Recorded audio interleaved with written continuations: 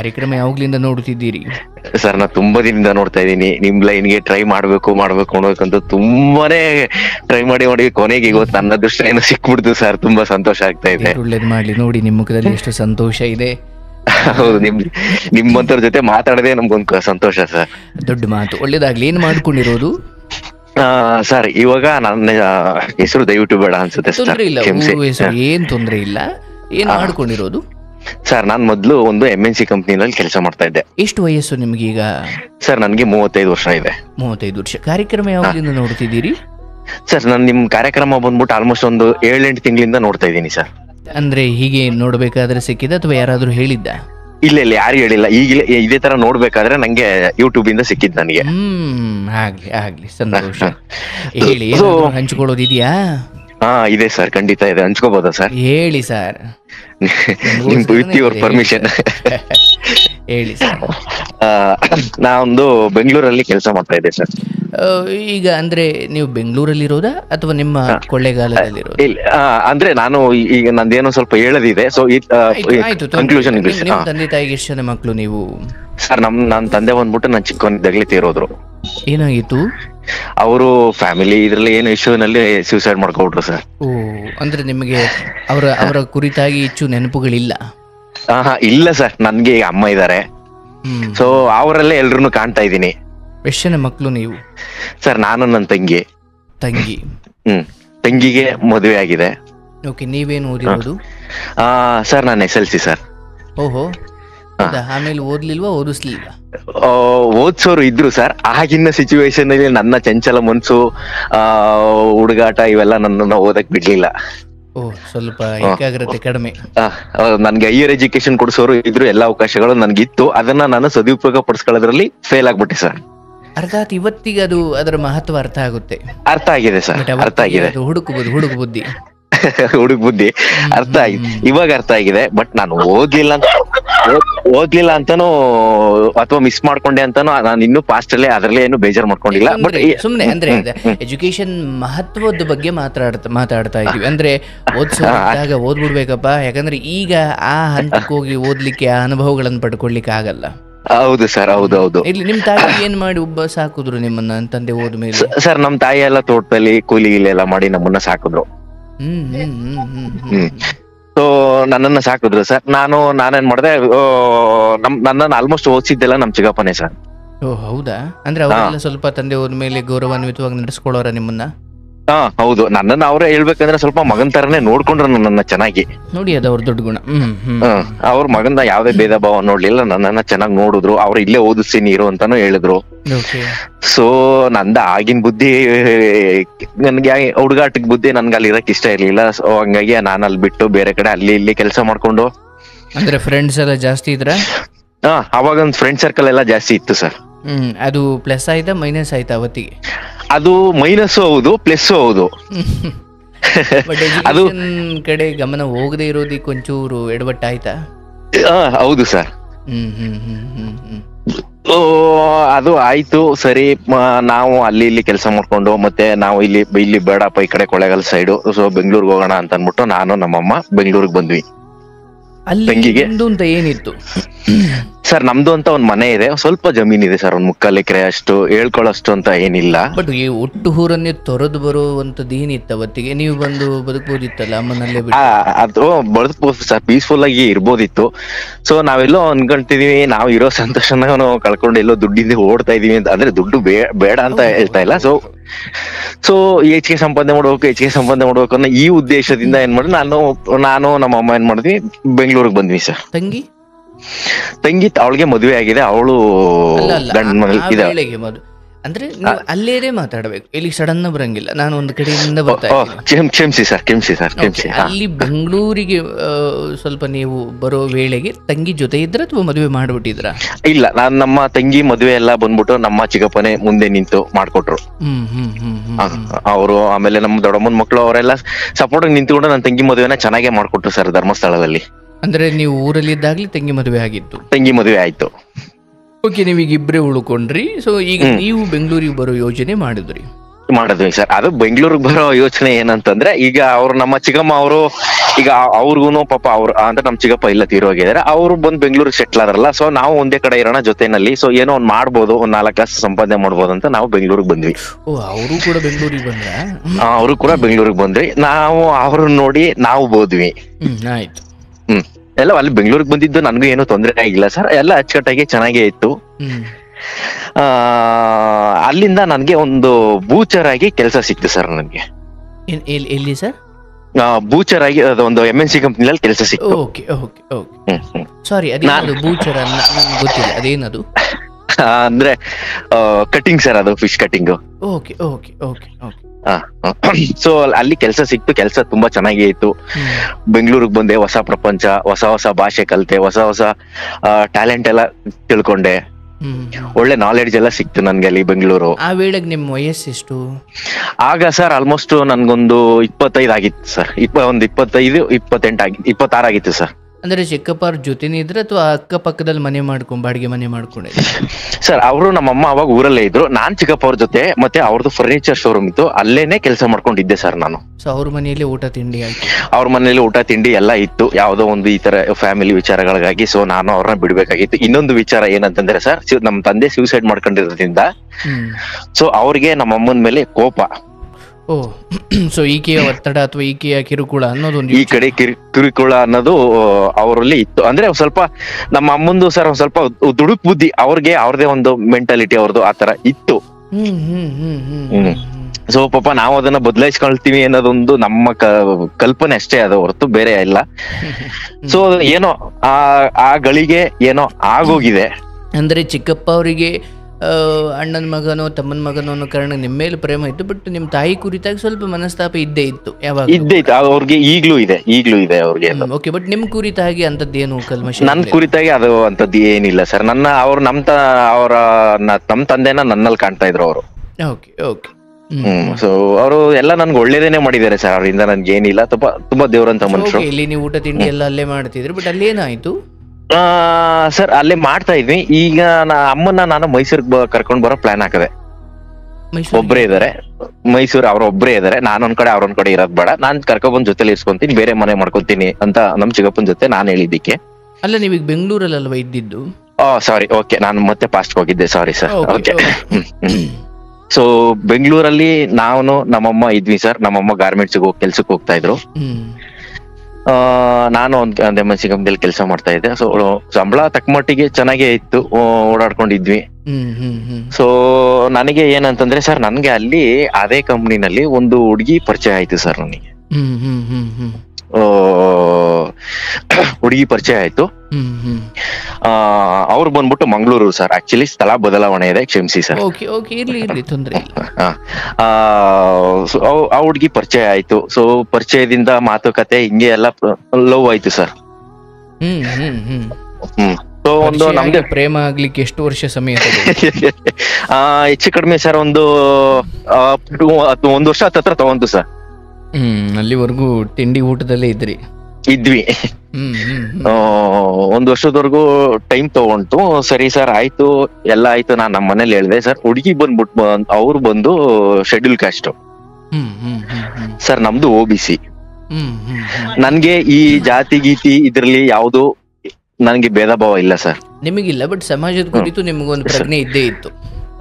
So ಸಮಾಜಕ್ಕೆ ಇದೆ ಅನ್ನೋದೊಂದು ಒಂದು ಪ್ರಜ್ಞೆ ಇತ್ತು, ಅದು ಮೊದ್ಲು ಇತ್ತು ನನಗೆ. ಬಟ್ ನಿಮ್ಮ ವೈಯಕ್ತಿಕವಾಗಿ ಅದನ್ನ ಮೀರುವಷ್ಟು ಎಜುಕೇಶನ್ ಅಥವಾ ನೀವು ಒಂದ್ ಸ್ವಲ್ಪ ಪ್ರಜ್ಞಾವಂತರು. ನನಗೆ ಅದಿಲ್ಲ ಸರ್. ನಾವೆಲ್ಲ ದೇವ್ರ ಮಕ್ಳು, ಯಾರು ಭೇದ ಭಾವ ಎಲ್ಲ ನಾವು ಜಾತಿ ಗೀತಿ ಎಲ್ಲ ನಮ್ಮ ಅನುಕೂಲಕ್ಕೆ ನಮ್ಮ ಸಿಚುವೇಶನ್ ಗಳಿಗೆ ನಾವು ಮಾಡ್ಕೊಂಡಿದ್ದೆ. ಇದು ನನ್ಗೆ ಆ ವಿಚಾರದಲ್ಲಿ ನನ್ಗೆ ಯಾವುದೇ ತರ ತಾರತಮ್ಯ ಇಲ್ಲ ಸರ್. ಸೊ ಎಲ್ಲ ಆಯ್ತು. ತುಂಬಾ ಹುಡುಗಿ ಪರಿಚಯ ಆಯ್ತು, ಕ್ಲೋಸ್ ಆಯ್ತು. ನಾನು ನಮ್ಮ ಅಮ್ಮಂಗ್ ತಿಳಿಸ್ದೆ, ಹಿಂಗ್ ಹುಡುಗಿ ನೋಡಿದೀನಿ, ಈ ತರ ಇದೆ, ಇಷ್ಟಪಟ್ಟಿದೀನಿ ಅಂತ. ಸೊ ನಮ್ಮಮ್ಮನ್ಗೆ ನಾನು ಆಕ್ಚುಲಿ ಸತ್ಯ ಹೇಳ್ಬೇಕಾಗಿತ್ತು ಸರ್. ಯಾಕಂದ್ರೆ ನಾನು ಸುಳ್ಳು ಹೇಳಿ ನಾನು ಅವ್ರಿಗೆ ಮೋಸ ಮಾಡೋದು ಸರಿ ಅಂತ ಅನಿಸ್ಲಿಲ್ಲ. ಸೊ ಅವ್ರಿಗೆ ನಾನು ಹೇಳ್ದೆ, ಹುಡುಗಿ ಇದೇ ತರ ಹಿಂಗೆ ಶೆಡ್ಯೂಲ್ ಕ್ಯಾಸ್ಟ್ ಇದೆ ಅಂತ ನಾನು ಹೇಳ್ದೆ. ಅವ್ರಿಗೆ ನಮ್ಮಮ್ಮ ಏನ್ ಮಾಡಿದ್ರು, ಫಸ್ಟ್ ನಾ ಅವ್ರಿಗೆ ತಿಳುವಳಿಕೆ ಹೇಳ್ದೆ, ನೋಡು ಈ ಜಾತಿ ಗೀತಿ ಎಲ್ಲ ನಾವು ಮಾಡ್ಕೊಂಡಿದ್ದು ಇದೆಲ್ಲ ಸುಳ್ಳು.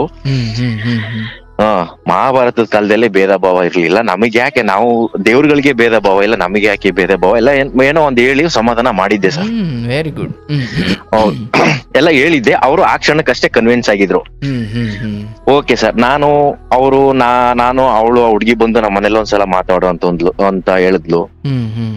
ನಾನು ಹೋಗಿ ಮಾತಾಡ್ದೆ. ಸೊ ಅವರು ನನ್ನ ಒಳ್ಳೆ ಹುಡುಗ ಅಂತ ಎಕ್ಸೆಪ್ಟ್ ಮಾಡ್ಕೊಂಡ್ರು. ಸೊ ಮಾಡ್ಕೊಂಡು ಮದ್ವೆ ಎಲ್ಲ ಆಯ್ತು ಸರ್. ಅಂದ್ರೆ ನಿಮ್ಮ ಅಮ್ಮನ ಒಪ್ಪಿಗೆಯಿಂದಲೇ ಆಯ್ತಾ? ಅಮ್ಮನ ಒಪ್ಪಿಗೆಯಿಂದಾನೆ ಆಯ್ತು. ಅಂದ್ರೆ ನನ್ಗಿದ್ ಬೇರೆ ಆಪ್ಷನ್ ಇಲ್ಲ. ನಾನು ನಮ್ಮ ಅಮ್ಮನ್ಗೆ ಹುಡುಗಿ ಓಕೆ, ಬಟ್ ಅವ್ರಿಗೆ ಇದು ಜಾತಿ ಅನ್ನೋದ್ರಿಂದ ಒಂದ್ ಸ್ವಲ್ಪ ಅಸಮಾಧಾನ ಇತ್ತು. ಸೊ ಅವ್ರು ಬೇರೆ ವಿಚಾರದಲ್ಲಿ ಅಸಮಾಧಾನ ಮಾಡ್ಕೊಂಡಿದ್ರೆ ನಾನು ರಿಜೆಕ್ಟ್ ಮಾಡ್ತಿದ್ನೋ ಏನೋ, ಬಟ್ ಅವ್ರಿಗೆ ಜಾತಿ ವಿಚಾರದಲ್ಲಿ ಒಂದೇ ಅಷ್ಟೇ ಅಸಮಾಧಾನ ಇದ್ದಿದ್ದು.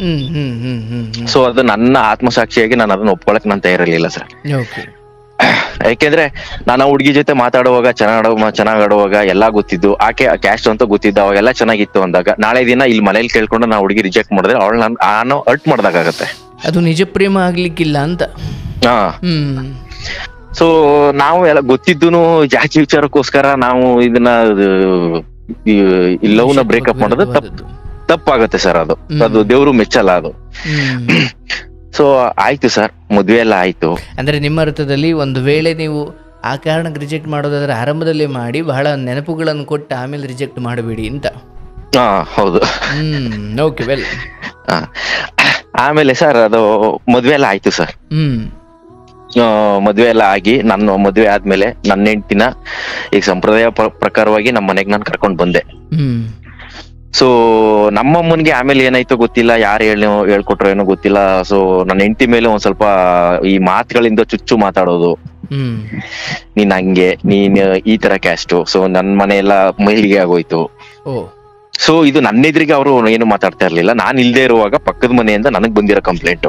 ಅಂದ್ರೆ ನಿಮಗಿಂತ ಸ್ವಲ್ಪ ಕೆಳಗಿನವರು ಅನ್ನೋ ಭಾವನೆ ನಿಮ್ಮಮ್ಮ ಯಾವಾಗ್ಲೂ ಇಟ್ಕೊಂಡು ಭ್ರಮೆ, ಅವ್ರಿಗೆ ಭ್ರಮೆ. ಅಂದ್ರೆ ಈ ಹೆಣ್ಮಗಳು ನಿಮಗಿಂತ ಕೆಳಗಿನವ್ರು, ಅಂದ್ರೆ ಸಾಮಾಜಿಕವಾಗಿಯೂ ಸ್ವಲ್ಪ ಕೆಳಗಿನವ್ರು, ಹೌದಾ? ಹೌದೌದು. Okay okay. ಸೊ ಈ ತರ ಎಲ್ಲ ಚುಚ್ಚು ಮಾತಾಡೋದು ಆಕೆನೂ ಸಹಿಸ್ಕೊಂಡ್ಲು. ಯಾಕೆಂದ್ರೆ ಅವಳು ವಿದ್ಯಾವಂತೆ, ತಿಳಿದವಳು. ಅವಳು ಕನ್ವಿನ್ಸ್ ಮಾಡೋದಕ್ಕೆ ಸಹಿಸ್ಕೊಂಡ್ಲು.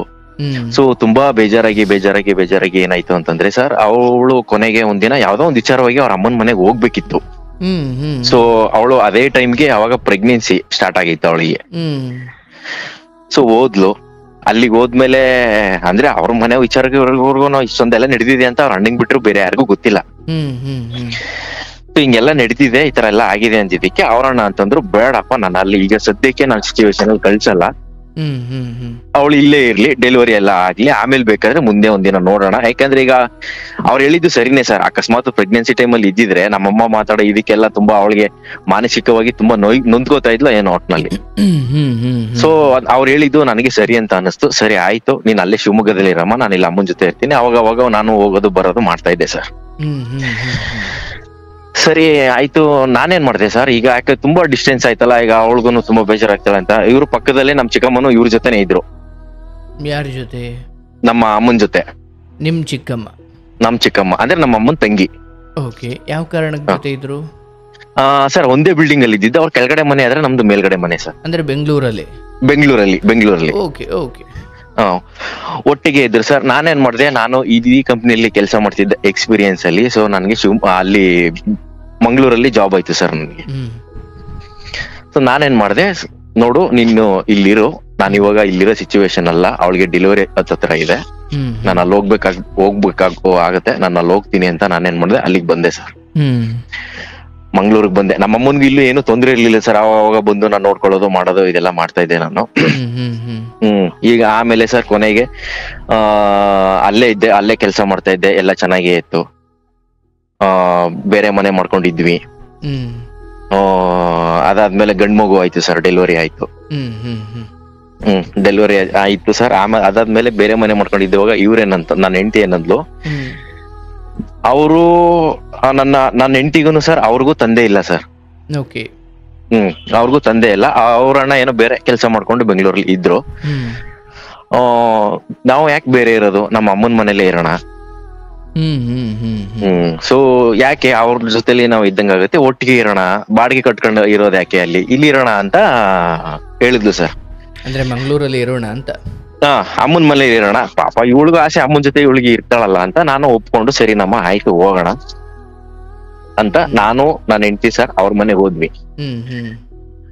ಸೊ ಬರ್ತಾ ಬರ್ತಾ ಬರ್ತಾ ಬರ್ತಾ ಬರ್ತಾ ಏನಾಯ್ತು ಅಂತ ಗೊತ್ತಿಲ್ಲ ಸರ್. ಅವ್ರ ಅಮ್ಮ ಬಂದ್ಬಿಟ್ಟು ಪಾಪ ಅವ್ರನ್ನ ನಾನು ಮಾನಸಿಕ ಅಸ್ವಸ್ಥತೆ ಅಂತ ಹೇಳ್ಬೇಕಾ ಅಥವಾ ಅದನ್ನ ಬೇಕು ಅಂತ ಮಾಡಿದ್ರೋ ಗೊತ್ತಿಲ್ಲ. ಅವರು ಸ್ವಲ್ಪ ಲಿಕ್ಕರ್ ಅಡಿಕ್ಟೆಡ್ ಸರ್ ಅವರು. ಅವ್ರ ಫ್ಯಾಮಿಲಿ ಅವ್ರೊಬ್ರು ಮಾತ್ರ ಹಂಗೆ ಅಷ್ಟೇ. ಅಂದ್ರೆ ನಿಮ್ಮ ಶ್ರೀಮತಿಯವರ ತಾಯಿ ಸ್ವಲ್ಪ ಮದ್ಯಪಾನ ಸೇವಿಸ್ತಾ ಇದ್ರು ಅಂತ. ಹೌದು sir. So must and should ಅವ್ರಿಗೆ ಎವ್ರಿಡೇ ಬೇಕೇ ಬೇಕು. ಅದು ಅವ್ರ ವೈಯಕ್ತಿಕ ವಿಚಾರ ಸರ್, ಅದ್ ನನಗ್ ಬೇಡ. ಸೊ ಅವ್ರು ಅದ್ ಏನಾರು ಮಾಡ್ಕೊಳ್ಳ, ಅದ್ ನಾನ್ ಬಿಟ್ಟಿದ್ದೆ ಸರ್. ಅದು ಬರ್ತಾ ಬರ್ತಾ ಬರ್ತಾ ಬರ್ತಾ ಬರ್ತಾ ಅದು ದಿನ ಕಳಿತಿದಂಗೆನೆ ಏನಾಗ್ತದೆ ಅಂತಂದ್ರೆ ಅವರು ನನ್ನ ಒಂಥರ ತುಚ್ಛವಾಗಿ ನೋಡೋದು. ಸೊ ಈಗ ಅಳಿಯ ಅನ್ನೋದು ಸೆಕೆಂಡ್ರಿ. ಸೊ ನನ್ನನ್ನು ಒಂಥರ ತುಚ್ಛವಾಗಿ ನೋಡೋದು, ತುಚ್ಛವಾಗಿ ಮಾತಾಡೋದು. ಇವಳುನು ಅವ್ರ ಅಮ್ಮನ ಮುಂದೆ ಅಂದ್ರೆ ಮಾಮೂಲಿ ಗಂಡ ಹೆಂಡ್ತಿರೋದು ಕ್ಯಾಶುವಲ್ ಆಗಿ ಮಾತಾಡೋದು, ಜಗಳಾಡೋದು ಅವೆಲ್ಲ ಇರ್ದೇ ಇರುತ್ತೆ. ಸೊ ಅನ್ನೋದು ವಿಚಿತ್ರ. ಸೊ ಅದೇನಾಯ್ತು, ಅವ್ರಿಗೆ ಒಂದ್ ಸ್ವಲ್ಪ ಇದನ್ನ ಅವ್ರು ಎನ್ಕೇಶ್ ಮಾಡ್ಕೊಂಡು ತುಂಬಾ ಅಡ್ವರ್ಟೈಸ್ ತಗೋಬಿಟ್ರು ಸರ್. ಸಲಿಗೆ ಸಿಕ್ತು. ಸೊ ಇದರಿಂದ ನನ್ಗೆ ತುಂಬಾ ಬೇಜಾರಾಗೋಯ್ತು ಸರ್ ನನಗೆ. ಸರಿ ಆಯ್ತು, ಸಹಿಸ್ಕೊಂಡಿದ್ದೆ, ಎಲ್ಲ ಆಯ್ತು. ಯಾಕೆ ಹೆಂಡತಿ ಮಕ್ಳು ಇದಾರೆ, ಸೊ ನಾವು ಈಗೇನು ಮಾಡಕ್ಕಾಗಲ್ಲ, ಆಗಿದ್ದಾಗಿದೆ. ಎಲ್ಲ ಸಹಿಸ್ಕೊಂಡು ನಾನು ಇದ್ದೆ. ಆಮೇಲೆ ನನ್ಗೆ ಒಂದ್ ಸ್ವಲ್ಪ ಆರೋಗ್ಯದ ವಿಚಾರದಲ್ಲಿ ಓಡ್ತಾ ಬೀಳ್ತು ಸರ್. ಸೊ ನಾನೇನ್ ಮಾಡ್ದೆ, ಬ್ಯಾಕ್ ಟು ಬ್ಯಾಕ್ ಲೀವ್ ಹಾಕಕ್ ಶುರು ಮಾಡ್ದೆ. ಅದಾದ್ಮೇಲೆ ಬ್ಯಾಕ್ ಟು ಬ್ಯಾಕ್ ಲೀವ್ ಆಗ್ತಾ ಇದೀನಿ ಅಂತ ಅವ್ರೇನ್ ಮಾಡಿದ್ರು, ಬೇರೆ ತರ ಎಲ್ಲಾ ಮಾತಾಡಿದ್ರು. ಯಾರು? ಕಂಪನಿ ಕಡೆಯಿಂದ. ಸೊ ಬೇಜಾರಾಗಿ ನಾನು ಕೆಲ್ಸಕ್ಕೆ ರಿಸೈನ್ ಮಾಡ್ದೆ. ಸರಿ ಅದಾದ್ಮೇಲೆ ಸ್ವಲ್ಪ ಚೇತರಿಸ್ಕೊಂಡೆ. ಬರ್ತಾ ಬರ್ತಾ ಬರ್ತಾ ಆರೋಗ್ಯದ ವಿಚಾರದಲ್ಲಿ ಚೇತರಿಸ್ಕೊಂಡು ಆಮೇಲೆ ಅಲ್ಲೇ ಒಂದು ಆಟೋ ಓಡಿಸ್ಕೊಂಡು ಸೊ ಇದ್ದೆ ಸರ್. ಆಟೋ ಓಡಿಸ್ಕೊಂಡಿದ್ದೆ. ಅದು ಏನ್ ಮಾಡ್ತು, ಬರ್ತಾ ಅವ್ರ ತಾಯಿದು ಮತ್ತೆ ಇನ್ನೂ ಜಾಸ್ತಿ ಆಗ್ತಾ ಶುರುವಾಯ್ತು. ಅಂದ್ರೆ ಅವ್ರೇನ್ ಸೊ ಎಣ್ಣೆ ಕುಡ್ದಾಗ ಮಾತಾಡ್ತಿದ್ರ ಅಥವಾ ಮಿಕ್ಕಿದ ಸಮಯ ತುಂಬಾ ಪ್ರಜ್ಞೆಯಲ್ಲಿದ್ದಾಗ್ಲೂ ಹಾಗೆ ಸರ್? ಅವರು ಕುಡಿದೇ ಇದ್ದಾಗ ತೀರಾ ಕಮ್ಮಿ, ಕುಡ್ದಾಗ ಜಾಸ್ತಿ ಮಾತಾಡ್ತಾ ಇದ್ರು. ಅಂದ್ರೆ ಇತ್ತು ಬಟ್ ಕಡಿಮೆ. ಸೊ ನನ್ನಿಂದ ಎಲ್ಲ ಬೇಜಾನ್ ಮಾತಾಡ್ಬಿಟ್ಟಿದ್ದಾರೆ. ಅರ್ಥಾತ್ ಅರೆಪ್ರಜ್ಞಾ ಸ್ಥಿತಿಯಲ್ಲಿ ಏನ್ ತಪ್ಪಾಯ್ತು ಅದ್ರ ಬಗ್ಗೆ ಪ್ರಜ್ಞೆ ಬಂದಾಗ ತುಂಬಾ ಪಶ್ಚಾತ್ತಾಪ ಏನ್ ಇರ್ತಿರ್ಲಿಲ್ಲ ಸರ್. 100% ಇರ್ತಿರ್ಲಿಲ್ಲ. ನಿಮಗೆ ಖಾತ್ರಿ ಆಯ್ತು ಇದು ಯಾವ್ದೋ ಮದ್ಯಪಾನ ಸೇವಿಸಿದಾಗಲ್ಲ, ಇದು ಮೂಲ ಬದಲಾಗ್ತಿರೋದೇ ಹೀಗೆ ಅಂತ. ಹೌದು. ಅವ್ರಿಗೆ ಏನಂತಂದ್ರೆ ಬರ್ತಾ ಬರ್ತಾ ಏನ್ ಅನ್ಸ್ಬಿಡ್ತು ಅಂತಂದ್ರೆ, ಅವ್ರಿಗೆ ಹೇಳಿದರೆ ಇವಳು ಮಗಳು ತವ್ರ ಮನೇಲಿ ಇದ್ರೆ ನಮ್ಗೇನು ಹೇಳಿಕೆ ಆಗಲ್ಲ ಅನ್ನೋದೊಂದು ಅವ್ರಿಗೆ ಭ್ರಮೆಗೆ ಬಂದಿದೆ. ಸೊ ನನ್ಗೆ ಇಂಡೈರೆಕ್ಟ್ ಆಗಿ ಚುಚ್ಚು ಮಾತಾಡೋದು, ಬೇರೆಯವ್ರ ಹತ್ರ ಎಲ್ಲ ಇಂಡೈರೆಕ್ಟ್ ಆಗಿ ಏನೇನೋ ಹೇಳೋದು. ನಾನು ಕೆಲಸ ಇಲ್ಲದೆ ಕೂತ್ಕೊಂಡಾಗ ಒಂದು ಹೆಚ್ಚು ಕಡಿಮೆ ಸರ್ ಒಂದೂವರೆ ತಿಂಗಳು ನಾನು ಕೆಲಸ ಇಲ್ಲದೆ ಕೂತ್ಕೊಂಡಿದ್ದೆ ಸರ್. ಅವಾಗ ನನ್ನ ಮನೆಗೆ ನಾನು ಏನು ತಂದಾಗ್ತಿರ್ಲಿಲ್ಲ, ಅವ್ರ ಅಣ್ಣನೇ ತಂದಾಗ್ತಿದ್ದಿತ್ತು. ಸೊ ಅವ್ರ ಅಣ್ಣ ಪಾಪ ಅವ್ರ ಮೇಲೆ ಏನು ಇಲ್ಲ, ನನ್ನನ್ನ ಸ್ವಲ್ಪ ಒಂಥರ ಬ್ರದರ್ ತರನೇ ಟ್ರೀಟ್ ಮಾಡಿದ್ದಾರೆ. ಒಳ್ಳೆ ಮನುಷ್ಯ, ಚೆನ್ನಾಗಿ ಅವ್ರದಲ್ಲಿ ಏನು ಭಾವ ಇಲ್ಲ. ಇವ್ರಿಂದ ಏನಾಯ್ತು, ನನಗೆ ತುಂಬಾ ಬೇಜಾರಾಯ್ತು. ಸರಿ ಆಯ್ತು ಸರ್, ಯಾವ್ದೋ ಕಾರಣಕ್ಕೋಸ್ಕರ ನಾನು ಊರಿಗೆ ಬರ್ಬೇಕಿತ್ತು. ಇಲ್ಲಿ ನಮ್ಮ ಊರಿಗೆ ಬಂದೆ ಕೊಳ್ಳೇಗಾಲಕ್ಕೆ. ಅಂದ್ರೆ ಅಮ್ಮನ್ನ ನಾನು ಆಲ್ರೆಡಿ ಸಾಕು, ನೀನ್ ಬೆಂಗಳೂರಲ್ಲಿ ಇದ್ದಿದ್ದು, ನೀನ್ ದುಡ್ದು ನೀನ್ ಸಂಪಾದನೆ ಮಾಡೋದಲ್ಲ ಅಲ್ಲೇ ಇರ್ಲಿ, ಊರಲ್ಲಿ ಬಂದ್ಬಿಟ್ಟು ಮನೆ ಒಂದ್ ಸ್ವಲ್ಪ ಹಾಳಾಗಿತ್ತು, ಅದನ್ನ ರೆಡಿ ಮಾಡಿಸಿ ಅವ್ರನ್ನ ಸೆಟ್ಲ್ ಮಾಡೋಣ ಅಂತ ನಾನು ಊರಿಗೆ ಬಂದೆ ಸರ್. ಸೊ ಊರಿಗೆ ಇಲ್ಲಿ ಬಂದು ಇಲ್ಲಿ ಸೆಟ್ಲ್ ಮಾಡುವಾಗ ನಾನೇನಂತಂದೆ, ಈಗ ನಾನು ವಾಪಸ್ಸು ಶಿವಮೊಗ್ಗ ಹೋಗಕ್ಕೆ ನನಗ್ ಮನ್ಸಿಲ್ಲ ಸರ್. ಸೊ ಅಮ್ಮ, ನಿನಗೆ ಅಮ್ಮನ ಜೊತೆ ಇರಕ್ಕೆ ಇಷ್ಟ ಇಲ್ವಾ, ಪರವಾಗಿಲ್ಲ ಅಮ್ಮ, ಬೇರೆ ಮನೆ ಮಾಡ್ತೀನಿ, ನಾವ್ ಇರೋಣ, ಅಮ್ಮನ ಜೊತೆಲೇ ಇರೋಣ. ನೀನ್ ನಮ್ಮ ಅಮ್ಮನ ಜೊತೆ ಇರೋದ್ ಬೇಡ, ನಾವು ಬೇರೆ ಮನೇಲಿ ಇರೋಣ, ಪಕ್ಕದಲ್ಲೇ ಇರೋಣ, ನಾನು ಅಮ್ಮನ್ನು ನೋಡ್ಕೊಂಡಾಗತ್ತೆ, ನಾವು ಸಪರೇಟ್ ಆಗಿ ಇರೋಣ ಅಂತ ನಾನು ಆಕೆಗೆ ಹೇಳ್ತಾ ಇದ್ದೀನಿ. ಅಂದ್ರೆ ನಿಮ್ಮಮ್ಮನು ಬೇಡ ನಮ್ಮಮ್ಮನು ಬೇಡ ಅಂತ. ಬೇಡ ನನ್ಗೆ ಸರ್. ನಾನು ಆಕ್ಚುಲಿ ನಾನು ಒಂದೇ ಆಂಗಲ್ ಇಂದ ಥಿಂಕ್ ಮಾಡಕ್ ಆಗಲ್ಲ, ಯಾಕಂದ್ರೆ ನಮ್ಮಮ್ಮನಿಂದನೂ ಅವಳಿಗೆ ಹರ್ಟ್ ಆಗಿದೆ. ಅದೇ ಈಗ ನಿಮ್ಮಮ್ಮನಿಂದ ನನ್ಗೆ ಹರ್ಟ್ ಆಗ್ತಿದೆ, ನನ್ನಮ್ಮನಿಂದ ನಿಂಗೆ ಹರ್ಟ್ ಆಗ್ತಿದೆ, ಎರಡು ಬೇಡ, ಸೈಡ್ ಗಿಟ್ಬಿಡೋಣ ಅಂತ. ಸೈಡ್ ಗಿಟ್ಬಿಡೋಣ ಅಮ್ಮ, ನಾವು ಬದುಕೋ ಜೀವನ ನೋಡೋಣ. ಸರಿನಾ.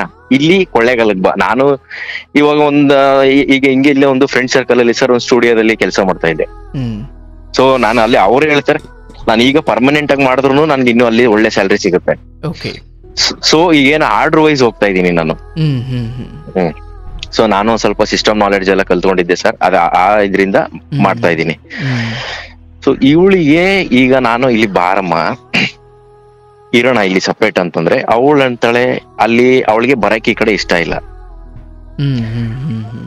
ಸೊ ನನಗೆ ಇಲ್ಲಿ ಅಮ್ಮನ್ ಬಿಟ್ಟು ಆ ಕಡೆ ಹೋಗಕ್ ಇಷ್ಟ ಇಲ್ಲ. ಬಟ್ ಈ ಮುಂಚೆ ನೀವು ಇದ್ರಲ್ಲ, ಅದು ಅಮ್ಮನ ಒಪ್ಪಿಗೆಯಿಂದಲೇ ಇದ್ದಿದ್ದ ಏನು? ಅಯ್ಯೋ ನಮ್ಮ ಅಮ್ಮನ್ಗೂ ಅವ್ರಿಗೂ ಏನು ಬೇಜಾರಿಲ್ಲ ಸರ್. ಸೊ ನಮ್ಮ ಅಮ್ಮನ್ಗೆ ನಾನು ಶಿವಮೊಗ್ಗದಲ್ಲಿ ಇದ್ದಿದ್ದು ಬೇಜಾರಿಲ್ಲ. ನಾನು ಅವ್ರನ್ನ ಊರಲ್ಲಿ ಒಂದು ಸೆಟ್ಲ್ ಮಾಡ್ಬಿಟ್ಟು ನಾವು ಶಿವಮೊಗ್ಗದಲ್ಲಿ ಇದ್ರೆ ಒಂದು ನೆಮ್ಮದಿ ಇರುತ್ತೆ. ಅವ್ರ ಊರಲ್ಲಿ ಇರ್ತಾರೆ, ಅಕ್ಕಪಕ್ಕ ನಮ್ಮ ಅವರು ದಾಯಾದಿಗಳು ನೆಂಟರುಗಳೆಲ್ಲ ಇರ್ತಾರೆ, ಏನು ಸಮಸ್ಯೆ ಇಲ್ಲ ಅಂತ ನಾನು ಅವ್ರನ್ನ ಇಲ್ಲಿ ಬಂದು ಕರ್ಕೊಂಡು ಸೆಟ್ಲ್ ಮಾಡಬೇಕು ಅಂದ್ಕೊಂಡ ಆನಂತರದ ಯೋಚನೆ ಬಗ್ಗೆ ಮಾತಾಡ್ತಿಲ್ಲ. ಬಟ್ ಅವ್ರು ನಿಮ್ಮ ಶ್ರೀಮತಿ ಅವ್ರು ಕರೆದಾಗ ಹೋಗಲ್ಲ ಉಳಿದ್ರಲ್ಲ, ಅದನ್ನ ತಾಯಿಗೆ ಹೇಳೋಗಿದ್ರ ಅಥವಾ ಏನ್ ನಡೆದಿತ್ತು ತಾಯಿ ಬಗ್ಗೆ? ಹೌದು ಸರ್, ಅದು ಗಲಾಟೆ ಏನೋ ಒಂದು ಮನಸ್ತಾಪ ಬಂತು ಅದ್ರ ಹಿಂದಿನ ದಿನ. ಅದ್ರ ಬೆಳಿಗ್ಗೆ ಇದು ಕೋಇನ್ಸಿಡೆನ್ಸ್ ಸರ್, ಅವರು ಊರ್ಗ್ ಹೋಗ್ಬೇಕಿತ್ತು. ಸೊ ಅದ್ರ ಹಿಂದಿನ ದಿನಾನೇ ಇವರು ಗಲಾಟೆ ಮಾಡ್ಕೊಂಡಿದ್ದಾರೆ. ಹಿಂದಿನ ದಿನ ಅನ್ನೋದಕ್ಕಿಂತ ಅದು ಮುಂಚೆಯಿಂದನೂ ತುಂಬಾ ತುಂಬಾ ಅವಮಾನಗಳು ಮಾಡಿದಾರೆ ಆಕೆಗೆ. ಸೊ ಈ ಜಾತಿ ವಿಚಾರವಾಗಿ. ಸೊ ನನ್ಗದು ತುಂಬಾ ಬೇಜಾರಾಗುತ್ತೆ ಸರ್ ಅದು. ಅಲ್ಲ, ನಾನು ಪ್ರಶ್ನೆ ಇದ್ದಿದ್ದು ಆಕೆ ಹೋಗೋದ್ರ ಬಗ್ಗೆ ಅಲ್ಲ, ನೀವು ಅಲ್ಲೇ ಹೋಗೋದ್ರ ಬಗ್ಗೆ ತಾಯಿದೇನು ಅಭಿಪ್ರಾಯ ಇತ್ತು ಅಂತ. ಅವ್ರಿಗೆ ಇತ್ತು, ಅವ್ರಿಗೆ ಒಂದ್ ಸ್ವಲ್ಪ ಬೇಜಾರಾಯ್ತು, ಹಿಂಗ್ ಓದ್ನಲ್ಲ ಅಲ್ಲಿಗೆ, ಇಲ್ಲಿರೋದ್ ಬಿಟ್ಟು ಅಷ್ಟು ದೂರ ಓದ್ನಲ್ಲ ಅನ್ನೋದೊಂದು ಅವ್ರಿಗೆ ಒಂದು ಅಸಮಾಧಾನ ಇದೆ. ಸೊ ನಾನು ಹೋದಾಗ ಅವ್ರಿಗೆ ಈಗ ರಿಯಲೈಸ್ ಆಗಿದೆ, ನಾನು ಹಿಂದೆ ಇದ್ದಾಗೆ ಈಗ್ಲೂ ಇದ್ರೆ ಇದು ನಡೆಯಲ್ಲ.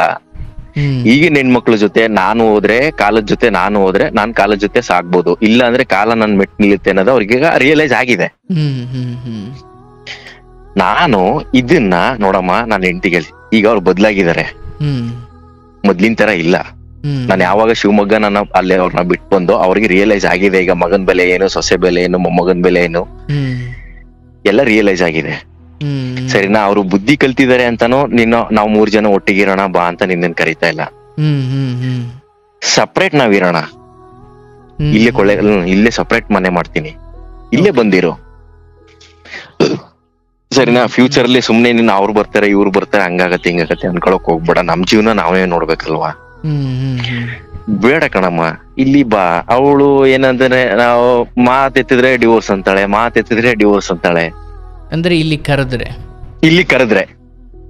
ಅಂದ್ರೆ ಈಗ ಆಕೆಯ ಆಸೆ ತಾಯಿ ಮನೇಲೇ ಇರೋದು, ಮುಂದುವರಿಯೋದು. ತಾಯಿ ಮನೇಲಿ ಇರೋದು. ಬಟ್ ಈಗ ಅವ್ರ ತಾಯಿನೋ ಈಗ ಅಲ್ಲಿಲ್ಲ, ಮಗನ್ ಜೊತೆ ಇದಾರೆ. ಅವ್ರು ಹೇಳ್ತಾ ಇದಾರೆ ಒಬ್ರೇ ಅವ್ರ ಈಗ ಅಲ್ಲಿ ಇದಾರೆ. ಈಗ ಅವ್ರು ಇಬ್ರು ಅವ್ರ ಚಿಕ್ಕಮ್ಮ ಬಂದಿದ್ದಾರೆ ಜೊತೆನಲ್ಲಿ, ನಾನು ಈ ಕಡೆ ಇರೋದ್ರಿಂದ. ಅವ್ರಂತಾರೆ ನಮ್ಮಮ್ಮನ್ನು ಇಲ್ಲಿ ಕರ್ಕೊಂಡ್ ಬಂದ್ ಬಿಡಲ್ಲ, ನೀನು ಬಂದ್ ಇಲ್ಲಿ ಕಡೆ ಇರೋ ಅಂತ ಅವಳು ಹೇಳ್ತಾ ಇದ್ದಾಳೆ ಸರ್. ಸೊ ನನ್ನದು ಏನಂದ್ರೆ ಈಗ ನನಗೆ ಆ ಕಡೆ ಹೋಗಕ್ ಇಷ್ಟ ಇಲ್ಲ. ಸೊ ನಾವು ಒಬ್ರು ನೆರಳಲ್ಲಿ ನಾವು ಇದೀವಿ ಅಂತ ಅಂದ್ರೆ ಒಂದು ಡಾಮಿನೇಟ್ ಮಾಡೋ ರೀತಿನೇ ಚೇಂಜ್ ಆಗ್ಬಿಡ್ತದೆ ಅದು. ಹಂಗಾಗಿ ಅವಳು ಈ ಕಡೆಗೆ ಬರ್ತಾ ಇಲ್ಲ. ನನ್ಗೆ ಆ ಕಡೆ ಹೋಗಕ್ಕೆ ಸುತ್ತ ಆರಾಮ್ ಇಷ್ಟ ಇಲ್ಲ ಸರ್. ಈಗ ಅವ್ರ ತಾಯಿನೋ ಅಥವಾ ಅಣ್ಣನೋ ಇಲ್ಲವಾ ಹೋಗವ ಎಲ್ಲ ಬಾಣಿತಾನೆಲ್ಲ ಮುಗೀತು, ಅಥವಾ ಮಗು ದೊಡ್ಡದಾಯ್ತು, ಅಥವಾ ಈಗ ಬೇರೆ ಮನೆ ಮಾಡ್ತಾರಂತೆ, ಸೊ ನಿಮ್ಮ ಅತ್ತೆ ಕಾಟ ಕೂಡ ಇರುವುದಿಲ್ಲ, ನಿನ್ನ ಗಂಡನೇ ಅದನ್ನ ಸ್ವಯಂ ಅರ್ಥ ಮಾಡಿಕೊಂಡು ಅದಕ್ಕೆ ಬೇರೆ ಪರ್ಯಾಯ ಮಾರ್ಗವನ್ನ ವ್ಯವಸ್ಥೆ ಮಾಡಿರ್ಬೇಕಾದ್ರೆ ನೀನ್ ಯಾಕೆ ಹೋಗಬಾರ್ದು ಅಂತ ಹೇಳೋದು. ಅದು ಅವರಿಗೆ ಏನಾಗಿದೆ ಅಂದ್ರೆ ಸರ್, ಬಿಗಿನಿಂಗ್ ಅಲ್ಲಿ ಈ ತರ ಎಲ್ಲ ಆಯ್ತಲ್ಲ, ಸೊ ನಮ್ಮಮ್ಮ ಈ ತರ ಎಲ್ಲ ಮಾತಾಡಿದಾರಲ್ಲ, ಇಲ್ಲಿಗೆ ಬಂದ ಮೇಲೆ ಸೊ ಇವಳಿಗೆ ಏನಾದ್ರು ಹಾನಿ ಮಾಡಿದ್ರೆ,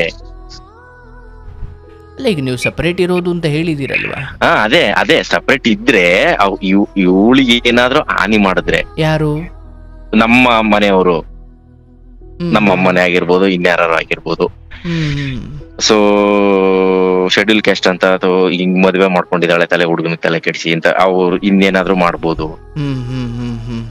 ಸೊ ಇನ್ನೊಂದೇನಂದ್ರೆ ಸರ್, ಇವಳು ನನ್ನ ಹೆಂಡತಿ ಬಂದು ಸ್ವಲ್ಪ ಮೂಢನಂಬಿಕೆಗಳು ತುಂಬಾ ಜಾಸ್ತಿ ಸರ್. ಹ್ಮ್ ತುಂಬಾ ಇದೆ. ಅವಳೆಲ್ಲೋ ಒಂದ್ ಕಡೆ ಹೋಗ್ತಾಳೆ, ಅಲ್ಲಿ ಯಾರೋ ಹೇಳಿದ್ರಂತೆ ನಿನ್ ಗಂಡನಿಂದನೇ ಅವ್ರ ತಾಯಿ ನಿನ್ಗೆ ಮದ್ದಾಕ್ಸಿದಾರೆ ಹೊಟ್ಟೆಗೆ, ಹ್ಮ್ ಈ ತರ ಎಲ್ಲ ಹೇಳ್ಕೊಟ್ಟಿದ್ದಾರೆ. ಅವಳು ಅದನ್ನ ತುಂಬಾ ನಂಬ್ತಾಳೆ ಸರ್. ಹ್ಮ್ ಸೊ ಒಬ್ಬ ಮನುಷ್ಯನ ಮೇಲೆ ಅಂತ ಶಕ್ತಿಯುತ ದೇವ್ರು ಬರುತ್ತೆ ಅಂತಂದ್ರೆ ಆ ಶಕ್ತಿ ತಡ್ಕೊಳ್ಳೋ ಕೆಪಾಸಿಟಿ ಮನುಷ್ಯನಿಗೆ ಇದೆಯಾ ಸರ್? ನಾನು ಒಬ್ಬೊಂದು ಅದು ಬರುತ್ತೆ ಬಿಡುತ್ತೋ ಅದು ಸೆಕೆಂಡ್ರಿ. ಇದು ನಂದು ಪ್ರಶ್ನೆ, ನನಗಿರೋ ಪ್ರಶ್ನೆ ಇಲ್ಲಿ ಸತ್ವ ಇದೆ ಅಲ್ವಾ ಸರ್? ದೇವ್ರು ಅಂತಂದ್ರೆ ಅದು ಬೇರೆ ಲೆವೆಲ್ ಕಾನ್ಸೆಪ್ಟ್. ಒಬ್ಬ ಮನುಷ್ಯನ ಮೇಲೆ ದೇವ್ರು ಬರ್ತಾನೆ ಅಂತಂದ್ರೆ ಆ ಮನುಷ್ಯ ದೇವ್ರಿಗಿಂತ ಹೆಚ್ಚಾಗಿರ್ಬೇಕು ಭೂಮಿ ಮೇಲೆ. ಅಷ್ಟು ಶಕ್ತಿ ಇರೋ ದೇವ್ರು ಒಬ್ಬ ಮನುಷ್ಯನ ಮೇಲೆ ಬರ್ತಾರೆ ಅಂತ ಅಂದ್ರೆ ಒಂದು ಸಣ್ಣ ವೈರಿಗೆ ಹೈ ವೋಲ್ಟೇಜ್ ಕರೆಂಟ್ ಕೊಟ್ಟಂಗಲ್ವಾ ಸರ್? ಮನುಷ್ಯ ತಡ್ಕೊಳ್ಳೋ ಶಕ್ತಿ ಇದೆಯಾ? ನನ್ಗೆ ಕೆಲವೊಂದು ಟೈಮ್ ನಾನು ಎಲ್ಲಾರ ಬಗ್ಗೆನೂ ನಾನು ಮಾತಾಡ್ತಾ ಇಲ್ಲ ಸರ್. ಕೆಲವೊಂದು ದೇವ್ರ ವಿಚಾರಗಳಂತ ಬಂದಾಗ ಮಕ್ಕಳಾಟ ಮಾಡ್ಕೊಬಿಟ್ಟಿದ್ದಾರೆ. ಸೊ ನನ್ಗೆ ಈ ವಿಚಾರದಲ್ಲಿ ತುಂಬಾ ಬೇಸರ ಆಗತ್ತೆ. ನಾನು ಏನಕ್ಕೆ ಇದನ್ನೆಲ್ಲ ಹೇಳ್ತಾ ಇದ್ದೀನಿ ಸರ್, ನನ್ನ ಅನುಭವದಲ್ಲಿ ಸೊ ನಮ್ಮ ಒಳಗೆ ಏನು ಒಂದು ಎನರ್ಜಿ ಅನ್ನೋದಿದೆ, ಅದೇ ದೇವ್ರು ಸರ್.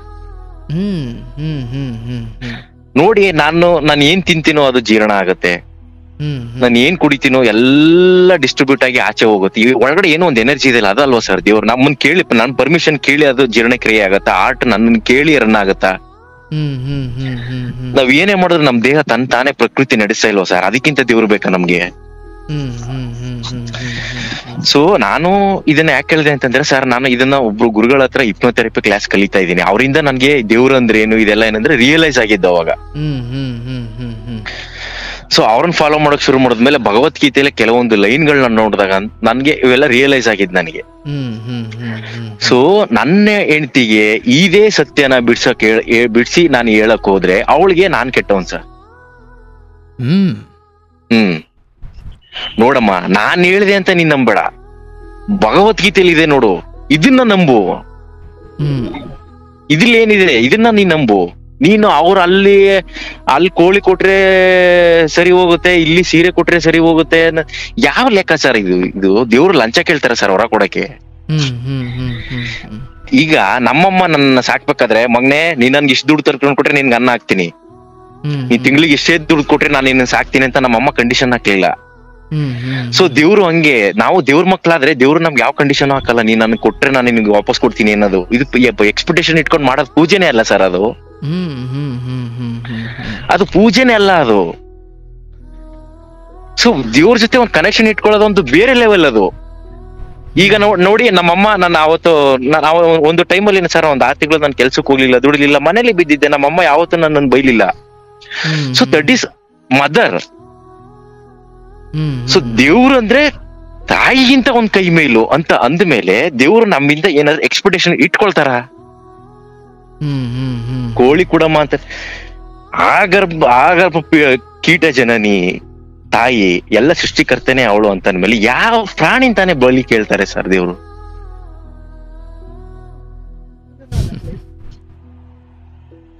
ಅಲ್ವಾ ಸರ್? ಸೃಷ್ಟಿ ಮಾಡೋವಳ ಆಕೆ ಅಂದ್ಮೇಲೆ ಬಲಿ ತಗೊಳಕ್ಕೆ ಅವಳಿಗೆ ಶಕ್ತಿ ಇದೆ, ತಗೋಬೋದಲ್ವ ಸರ್?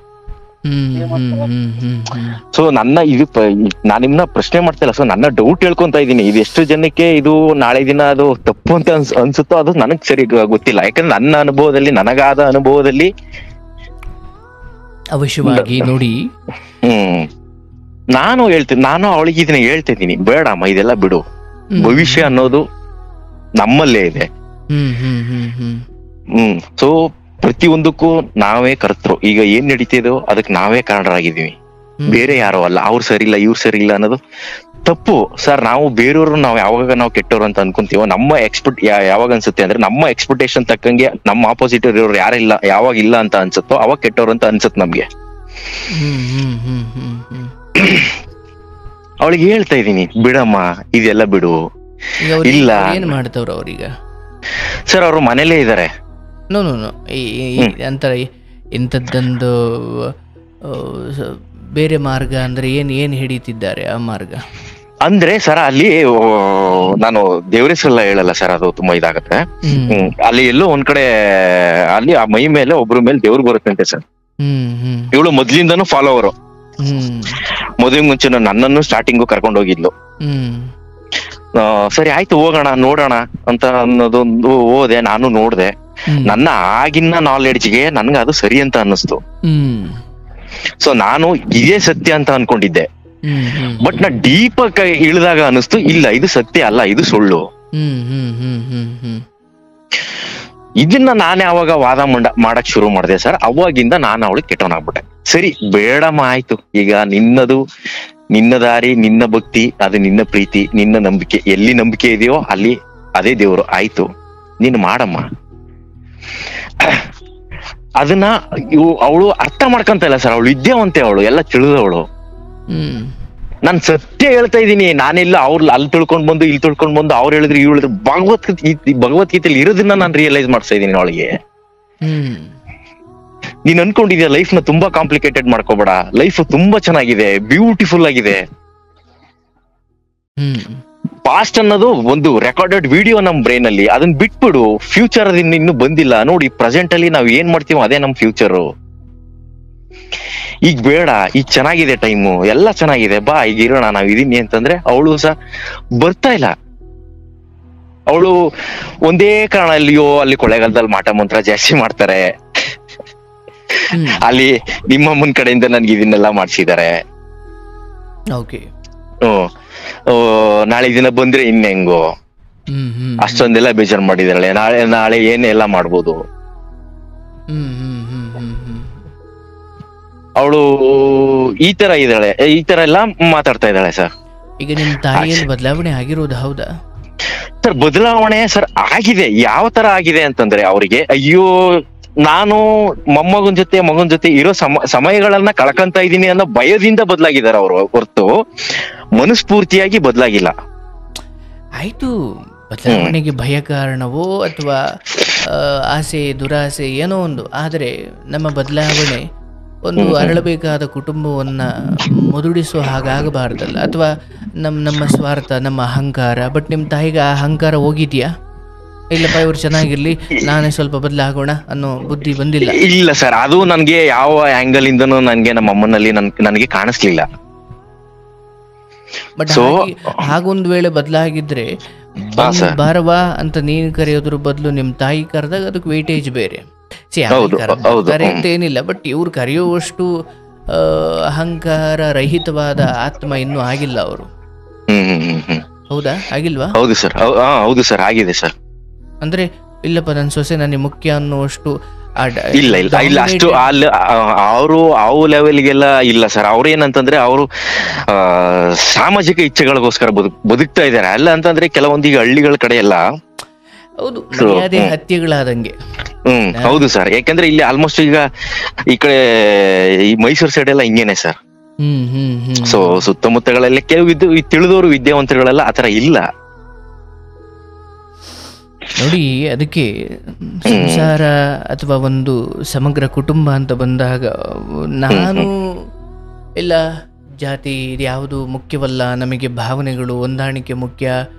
ಅಂದರೆ ಒಂದು ವೇಳೆ ನಿಮ್ಮ ತಾಯಿಯ ಈ ಜಾತಿಯ ಕೀಳು ಮನಸ್ಥಿತಿಯನ್ನು ತೆಗೆದು ಹಾಕಿದ್ರು ಕೂಡ ನಿನ್ನ ಹೆಂಡತಿ ನಿನ್ನೊಂದಿಗೆ ಇರಬೇಕಾದಾಗ, ಅಂದರೆ ನಿಮಗೆ ಅಂತ ಅದು ಯಾವುದು ಮುಖ್ಯ ಅಲ್ಲ ಅನ್ನೋದಾದ್ರೆ ನಿಮ್ಮ ನಡುವೆ ಅದು ಎಷ್ಟು ಹೊಂದಾಣಿಕೆ ಇರ್ಬೇಕಿತ್ತು. ಅಂದ್ರೆ ಈಗ ನಾನು ಹೋಗಿ ಅಲ್ಲಿ ಇದ್ರೆ ನಾನು ಆರಂಭದಲ್ಲಿ ನೀವು ಅಷ್ಟು ಪ್ರಬುದ್ಧರಾಗಿ ಒಂದಾಗಿದ್ದು ಅಥವಾ ಮದುವೆ ಆಗಿದ್ದು ಅಥವಾ ಹಾಗೆ ಜೀವನ ಪೂರ್ತಿ ಜೊತೆ ಇರುವ ಸಂಕಲ್ಪ ಮಾಡಿದ್ದು ಅನ್ನೋದಾದರೆ, ನಿನ್ನ ತಾಯಿಯ ಈ ವರ್ತನೆ ಕೂಡ ನಿನ್ನ ಹೆಂಡತಿಗೆ ಮುಖ್ಯವಾಗಿಟ್ಟುಕೊಂಡ್ರೆ ನಿನಗೋಸ್ಕರ ಇದು ಯಾವುದು ಮುಖ್ಯ ಅಲ್ವೇ ಆಗಬಾರ್ದಿತ್ತು. ಅದು ಆಗ್ಬಾರ್ದಿತ್ತಲ್ವಾ ಸರ್?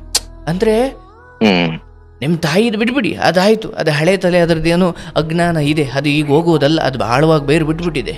ಹೌದು ಸರ್, ಹೌದು. ನಿನ್ನ ತಾಯಿ ಹಂಗ ಅಂದ್ಕೊಳ್ಳಿ, ಆದರೆ ನೀನು ನನ್ನನ್ನು ಎಷ್ಟು ಪ್ರೀತಿಸ್ತಿ, ಮತ್ತೆ ನಾವು ಯಾವ ಕಾರಣದಿಂದ ಈ ಜರ್ನಿಯನ್ನು ಶುರು ಮಾಡಿದ್ವಿ ಅಥವಾ ಯಾವ ಸಂಕಲ್ಪದಿಂದ ಈ ಜರ್ನಿಯನ್ನು ಶುರು ಮಾಡಿದ್ವಿ, ಈ ತಾಯಿಯ ವರ್ತನೆ ನನಗೆ ಮುಖ್ಯ ಅಲ್ಲ. ಬೇರೆ ಮನೆ ಮಾಡು, ನಾವು ಬದುಕೋಣ, ತಾಯಿ ಬಿದ್ದಂಥ ಕಾಲಕ್ಕೆ ನಾನು ಸೇವೆ ಮಾಡ್ತೇನೆ, ಈಗ ನನಗೆ ಅದು ಬೇಡ, ನಾವಿಬ್ಬರು ಸಪ್ರೇಟ್ ಬದುಕೋಣ. ಅಂದರೆ ನೀವಿಲ್ಲಿ ಚರ್ಚೆ ಮಾಡಬೇಕಿರೋ ತಾಯಿ ಬಗ್ಗೆ ಅಲ್ಲ, ಅದು ತಾಯಿದು ಮುಗೀತು. ಅಂದರೆ ಇಲ್ಲ ನನ್ನ ತಾಯಿ ಹತ್ರನೇ ಅವಳು ಬಂದಿರಬೇಕು ಅಂತ ಇದ್ರೆ ನಾನು ನಿನ್ನ ತಾಯಿ ಬಗ್ಗೆ ಚರ್ಚೆ ಮಾಡ್ತಿದ್ದೆ. ನೀವೀಗ ಸಪ್ರೇಟ್ ಆಪ್ಷನ್ ಕೊಟ್ಟಿದ್ದೀರಿ, ಬೇರೆ ಬದುಕೋಣ ಅಂದ್ರೆ. ಹೀಗಂದಾಗಲೂ ನಾನು ಬರ್ತಿಲ್ಲ ಅಂದ್ರೆ ಆರಂಭದ ಪ್ರೇಮ ಅಷ್ಟು ಸತ್ಯವಾಗಿಲ್ಲ ಅಂತ ಆಯ್ತು. ಅಂದರೆ ಈ ಕ್ಷಣಕ್ಕೆ ನಾನು ನನ್ನ ಗಂಡನನ್ನು ಕಾಪಾಡಿಕೊಳ್ಬೇಕು ಅಥವಾ ಅವನನ್ನು ನಾನು ಯಾವ ಹೊಂದಾಣಿಕೆಯಿಂದ, ಬದ್ಧತೆಯಿಂದ, ಪ್ರಬುದ್ಧತೆಯಿಂದ ಈ ಪ್ರೇಮವನ್ನು ಶುರು ಮಾಡಿದ್ವಿ ಅದನ್ನು ಜೀವಂತವಾಗಿ ಇರಿಸ್ಕೊಳ್ಬೇಕು ಅಂದರೆ ಆಕೆ ತಯಾರಾಗಿರಬೇಕು. ಅರೆ ನಿಮ್ಮನ್ನಲ್ಲಿ ಹೋಗಿ ಇರಿಸ್ಕೊಂಡು ಅವ್ರ ತಾಯಿ ತನ್ನ ಗಂಡನಿಗೆ ಹಿಂಗೆ ಅಂದಾಗ ಏನು ಸ್ವಲ್ಪ ಗೌರವಾನ್ವಿತಳಾದ ಹೆಣ್ಣುಮಗಳು ನನ್ನ ಗಂಡನಿಗಾದ ಅವಮಾನದ ಆದ ಜಾಗದಲ್ಲಿ ನಾನೊಂದು ಕ್ಷಣ ಇರಲ್ಲ ಅನ್ನೋಳು ಒಂದು ಹೆಣ್ಣುಮಗಳ, ಹೌದಲ್ಲಪ್ಪ? ಹೌದು ಸರ್. ಆದರೆ ನೀವು ಗಮನಿಸಬೇಕಿರೋದು ನಿಮ್ಮ ತಾಯಿಯ ವರ್ತನೆ ಅದು ಸೈಡಿಗಿಡಿ. ಆದರೆ ಆ ಹೆಣ್ಣುಮಗಳು ಹೌದು ಇನ್ನೇನು ಕೆಟ್ಟ ದಾರಿ ಹಿಡಿದಿಲ್ಲ, ನಿಮಗೆ ಅನ್ಯಾಯ ಮಾಡಿಲ್ಲ, ಮೋಸ ಮಾಡಿಲ್ಲ, ಅಥವಾ ನಿಯತ್ತಾಗಿ ನಡ್ಕೊಳ್ಳದೆ ಇನ್ನೇನು ಅಪಚಾರ ಮಾಡಿಲ್ಲ. ಆದರೂ ಒಬ್ಬ ಗಂಡನಾಗಿ ಸಪ್ರೇಟು ಇರೋಣ, ನಮ್ಮ ತಾಯಿಯಿಂದ ಸ್ವಲ್ಪ ದೂರನೇ ಬದುಕೋಣ ಅಂತ ಆಪ್ಷನ್ ಕೊಟ್ಟಾಗಲೂ ನಾನು ಬರಲ್ಲ ಅನ್ನೋದಕ್ಕೆ ಆಕೆ ಏನೇನೋ ಕಾರಣಗಳು ಕೊಡ್ತಿದ್ದಾರಲ್ಲ. ನಿಜ ಪ್ರೇಮದಲ್ಲಿ ಇದು ಯಾವುದೂ ಇರಬಾರ್ದು. ಈಗ ನೀವು ಹೇಳಿದ್ದು ಹೌದು, ಭಗವಂತ ನನ್ನ ಮೊದಲನೇ ಸ್ಟೆಪ್ಪು, ಎರಡನೇ ಸ್ಟೆಪ್ಪು, ಮೂರನೇ ಸ್ಟೆಪ್ಪು ಅಂದರೆ ತೀರಾ ಅತೀಂದ್ರಿಯ ಶಕ್ತಿ ಅಂದರೆ ನಮ್ಮ ಸಾಮಾನ್ಯ ಬುದ್ಧಿಮಟ್ಟವನ್ನು ಮೀರಿ ನಿಜವಾದ ದೇವರನ್ನು ಸಾಕ್ಷಾತ್ ಜ್ಞಾನದಲ್ಲಿ, ಸದ್ಗುಣದಲ್ಲಿ, ಸಜ್ಜನರ ಸಹವಾಸದಲ್ಲಿ, ಪೂಜೆ ಪುನಸ್ಕಾರ, ಮಾಟ ಮಂತ್ರ, ಬಲಿ, ಅದು ಯಾವುದೂ ಅಲ್ಲ. ಮನುಷ್ಯ ತನಗೆ ಬೇಕಾದ್ದನ್ನು ಪಡ್ಕೊಳ್ಳೋದಿಕ್ಕೆ ಅಂತಲೂ ದೇವರಿದ್ದಾವೆ, ಕೊಲ್ಲೋಕ್ಕೂ ದೇವರಿದ್ದಾವೆ, ಕಾಪಾಡೋಕ್ಕೂ ದೇವರಿದ್ದಾವೆ. ಅದು ಮನುಷ್ಯನ ಸೃಷ್ಟಿ. ಹೌದು ಸರ್. ಆದರೆ ಇನ್ನೂ ಎತ್ತರದ ಒಂದು ವಿಚಾರ ಇದೆ. ಅದು ಈ ಯಾವ ಸ್ವಾರ್ಥಕ್ಕೂ ಸಂಬಂಧಿಸಿದ್ದಲ್ಲ, ಅದು ಸರ್ವವ್ಯಾಪಿ. ಅದಕ್ಕೆ ನೀವು ಹೆಸರಿಡೋಕ್ಕಾಗಲ್ಲ. ಅದು ನಿಮಗೆ ಬೇಕಾದ್ದನ್ನು ಕೊಡಲ್ಲ, ಅಥವಾ ಅದು ನಿಮ್ಮನ್ನು ಹಳ್ಳಕ್ಕೂ ತೆಳ್ಳಲ್ಲ, ಅಥವಾ ಅದು ನಿಮ್ಮನ್ನು ಉದ್ಧಾರನೂ ಮಾಡಲ್ಲ. ಸಾಕ್ಷಾತ್ ನಿಮ್ಮ ಕರ್ಮಗಳು, ನಿಮ್ಮ ಯೋಚನೆಗಳು, ನಿಮ್ಮ ಈ ಮಿತವಾದ ಜೀವನ, ಸರಳ ಜೀವನ, ಇವು ಮಾತ್ರ ನಿಮ್ಮನ್ನು ನಿಜವಾದ ದೇವರ ಕಡೆ ಕರ್ಕೊಂಡು ಹೋಗ್ತವೆ. ಅದನ್ನು ಬಿಟ್ಟು ನಾನು ಅಲ್ಲೊಂದು ಮಾಟ ಮಾಡಿಸ್ತೀನಿ, ಇಲ್ಲೊಂದು ಬಲಿ ಕೊಡ್ತೀನಿ ಅಂದರೆ ಲೌಕಿಕವಾಗಿ ನಿಮ್ಮ ಕೆಲವು ಇಚ್ಛೆಗಳು ಪೂರ್ಣಗೊಳ್ಳಬಹುದು, ಆದರೆ ಸಾಕ್ಷಾತ್ ನೀವು ಪಾತಾಳಕ್ಕೆ ಹೋಗ್ತಾನೆ ಇರ್ತೀರ. ಅದರಿಂದ ಯಾವ ನಿಜ ದೇವರನ್ನು ಅಥವಾ ನಿಜವಾದ ಸಾಕ್ಷಾತ್ಕಾರ ಸಾಧ್ಯವೇ ಇಲ್ಲ. ಈ ಲೋಕ ಯಾವ ಮಟ್ಟಿಗೆ ನಮ್ಮ ಈ ಸನಾತನ ಧರ್ಮದಲ್ಲಿ ಅದನ್ನು ಕೆಡಿಸಿ ಇಟ್ಟಿದ್ದಾರೆ ಅಂದರೆ, ನಿಜ ದೇವರು ಅಂದರೆ ಮನುಷ್ಯ ತನಗೆ ಮಗಳು ಮದುವೆ ಆಗಬೇಕು, ಮಗು ಹುಟ್ಟಬೇಕು, ನಾನು ಶತ್ರುವನ್ನು ಕೊಲ್ಲಬೇಕು, ಅವನನ್ನು ಎಲ್ಲದಕ್ಕೂ ಒಂದೊಂದು ದೇವರು ಹುಟ್ಟು ಹಾಕೊಂಡು ಇವತ್ತು ಈ ಧರ್ಮವನ್ನು ಈ ಸ್ಥಿತಿಗೆ ತಂದು ನಿಲ್ಲಿಸಿದ್ದಾರೆ. ಹೌದು ಸರ್. ಇದ್ಯಾವುದೂ ಇಲ್ಲ. ಇದ್ಯಾವುದು ನೀವು ನಿಜವಾಗಿಯೂ ಭಗವಂತನನ್ನು ಕಾಣಬೇಕು ಅಂದಾಗ ನಿಮ್ಮ ಪಾಲಿಗೆ ಬರುವ ಸುಖ ದುಃಖ ಎಲ್ಲದಕ್ಕೂ ದೇವರು ಕಾರಣ ಅಲ್ಲ, ಅವನು ನನಗೆ ಒಂದು ಧೈರ್ಯ. ಅದು ಒಂದು ಕತ್ತಲಲ್ಲಿ ದೀಪ ಇದ್ದ ಹಾಗೆ ಭಗವಂತ. ಕತ್ತಲು ತಪ್ಪಲ್ಲ, ಬೆಳಕು ತಪ್ಪಲ್ಲ, ಆದರೆ ಕತ್ತಲಿನಲ್ಲಿ ನಡಿಲಿಕ್ಕೆ ನನಗೊಂದು ಭರವಸೆ ಕೊಡುವನು ಭಗವಂತನೇ ಹೊರತು ನಡಿಬೇಕಾದವನು ನಾನೇ. ಹೌದು ಸರ್. ಭಗವಂತ ಒಂದು ಭರವಸೆಯಾಗಿರಬೇಕಾದ ಜಾಗದಲ್ಲಿ ಎಲ್ಲವನ್ನು ಅವನ ಮೇಲೆ ಕೂತ್ಕೊಳ್ಳುವಷ್ಟು ಅಜ್ಞಾನಕ್ಕೆ ತಲುಪಿದ್ದೀವಿ. ಆದರೆ ನಿಮ್ಮ ತಾಯಿ ಕುರಿತು ಆಕೆಗೆ ಏನು ಅಭಿಪ್ರಾಯ ಇದೆ, ಅದಕ್ಕೆ ನಿಮ್ಮ ತಾಯಿ ಕೂಡ ಕಾರಣ ಆಗಿದ್ದಾಳೆ. ಯಾಕಂದರೆ ಆಕೆ ಬಹುಶಃ ನೀವು ಒಬ್ಬ ವ್ಯಕ್ತಿಯಾಗಿ ಈ ಸಮಾಜದ ಆಗು ಹೋಗುಗಳನ್ನು ಬಲ್ಲವರಾಗಿ, ಹೌದು ನಾನು ಒಂದು ಜಾತಿ ಇವೆಲ್ಲವನ್ನು ಮೀರಿ ಒಂದು ಹೆಣ್ಮಗಳನ್ನು ಮದುವೆ ಹಾಕಿ ನಾನು ಸಮಾಜಕ್ಕೆ ಮಾದರಿಯಾಗಬೇಕು ಅಥವಾ ನಾನು ಇದನ್ನೆಲ್ಲ ಮೀರಿ ನಿಲ್ಲಬೇಕು ಅಂತ ಅಂದಾಗ ಈ ನಾಳೆ ಭವಿಷ್ಯದಲ್ಲಿ ಎದುರಾಗಬಹುದಾದದ್ದು ಮದುವೆ ದಿವಸ ಏನೋ ಒತ್ತಾಯಕ್ಕೋ ಏನೋ ನಿನ್ನ ಹಠಕ್ಕೋ ತಾಯಿ ಒಪ್ಪಿರಬಹುದು. ನಾಳೆ ಒಂದು ಹಿಂಗೆ ಮಾತು ಬಂದಾಗ ನೀನು ಹೆಂಗಿರ್ಬೇಕು ಗೊತ್ತು ಕಣೆ, ನೀನು ಹೆಂಗಿರ್ಬೇಕು ಕಣೆ ಗೊತ್ತಾ, ನೀನು ಇಷ್ಟೆಲ್ಲ ಬರ್ತವೆ. ಇವತ್ತೇನೇ ಮದುವೆ ದಿನ ಇವರೆಲ್ಲ ಒಪ್ಪಿ ತಲೆ ಆಡಿಸಿರ್ಬೋದು, ನಾಳೆ ಒಂದು ಮಾತು ಒಂದೇ ಬರ್ತವೆ. ಯಾಕಂದರೆ ಈ ಹಳ್ಳಿಯಲ್ಲಿ ಇದೊಂದು ಬುದ್ಧಿ ಇದ್ದೇ ಇದೆ, ಯಾವತ್ತು ಬೇಕಾದರೂ ಈ ಮಾತುಗಳು ಬರಬಹುದು. ಅದಕ್ಕೆ ನೀನು ಹೆಂಗೆ ತಯಾರಾಗಿರ್ಬೇಕು ಗೊತ್ತಾನೆ ಅಂತ ಎಲ್ಲ ಅಂದರೆ ನೀವು ಹೇಳಿಯೋ ಅಥವಾ ಆಕೆ ಸ್ವಯಂ ಏನೋ ಮೊದಲು ಈ ಸಾಮಾಜಿಕ ಪಿಡುಗಿಗೆ ತಯಾರಿ ಇದ್ಕೊಂಡೇ ಮಾಡಬೇಕಿತ್ತು.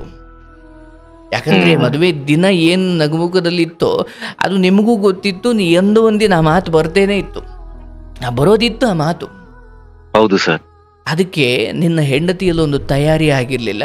ಅದೇ ಸಮಯಕ್ಕೆ ತವರು ಮನೆ ಬಾಗಿಲು ತೆಗೆದಾಗ ಅಲ್ಲಿ ಯಾರೋ ಒಬ್ಬರು ಏನು ನೀನು ಮದುವೆ ಆಗಿದ್ದೀಯಾ, ಅವ್ನು ಹೇಳ್ತಿದ್ದಾನೆ ಇನ್ನೊಂದು ಮನೆ ಮಾಡ್ತಾನೆ, ಆಯಿತು ಆ ತಾಯಿ ಕಾಟ ಅತ್ತೆ ಕಾಟ ತಡೆಯೋಕ್ಕಾಗ್ತಿಲ್ಲ, ಬೇರೆ ಮನೆ ಮಾಡ್ತಾನೆ, ಹೋಗು ಬದುಕು ಅಂತ ಹೇಳೋರಾದ್ರೂ ಇರಬೇಕಿತ್ತಲ್ಲ.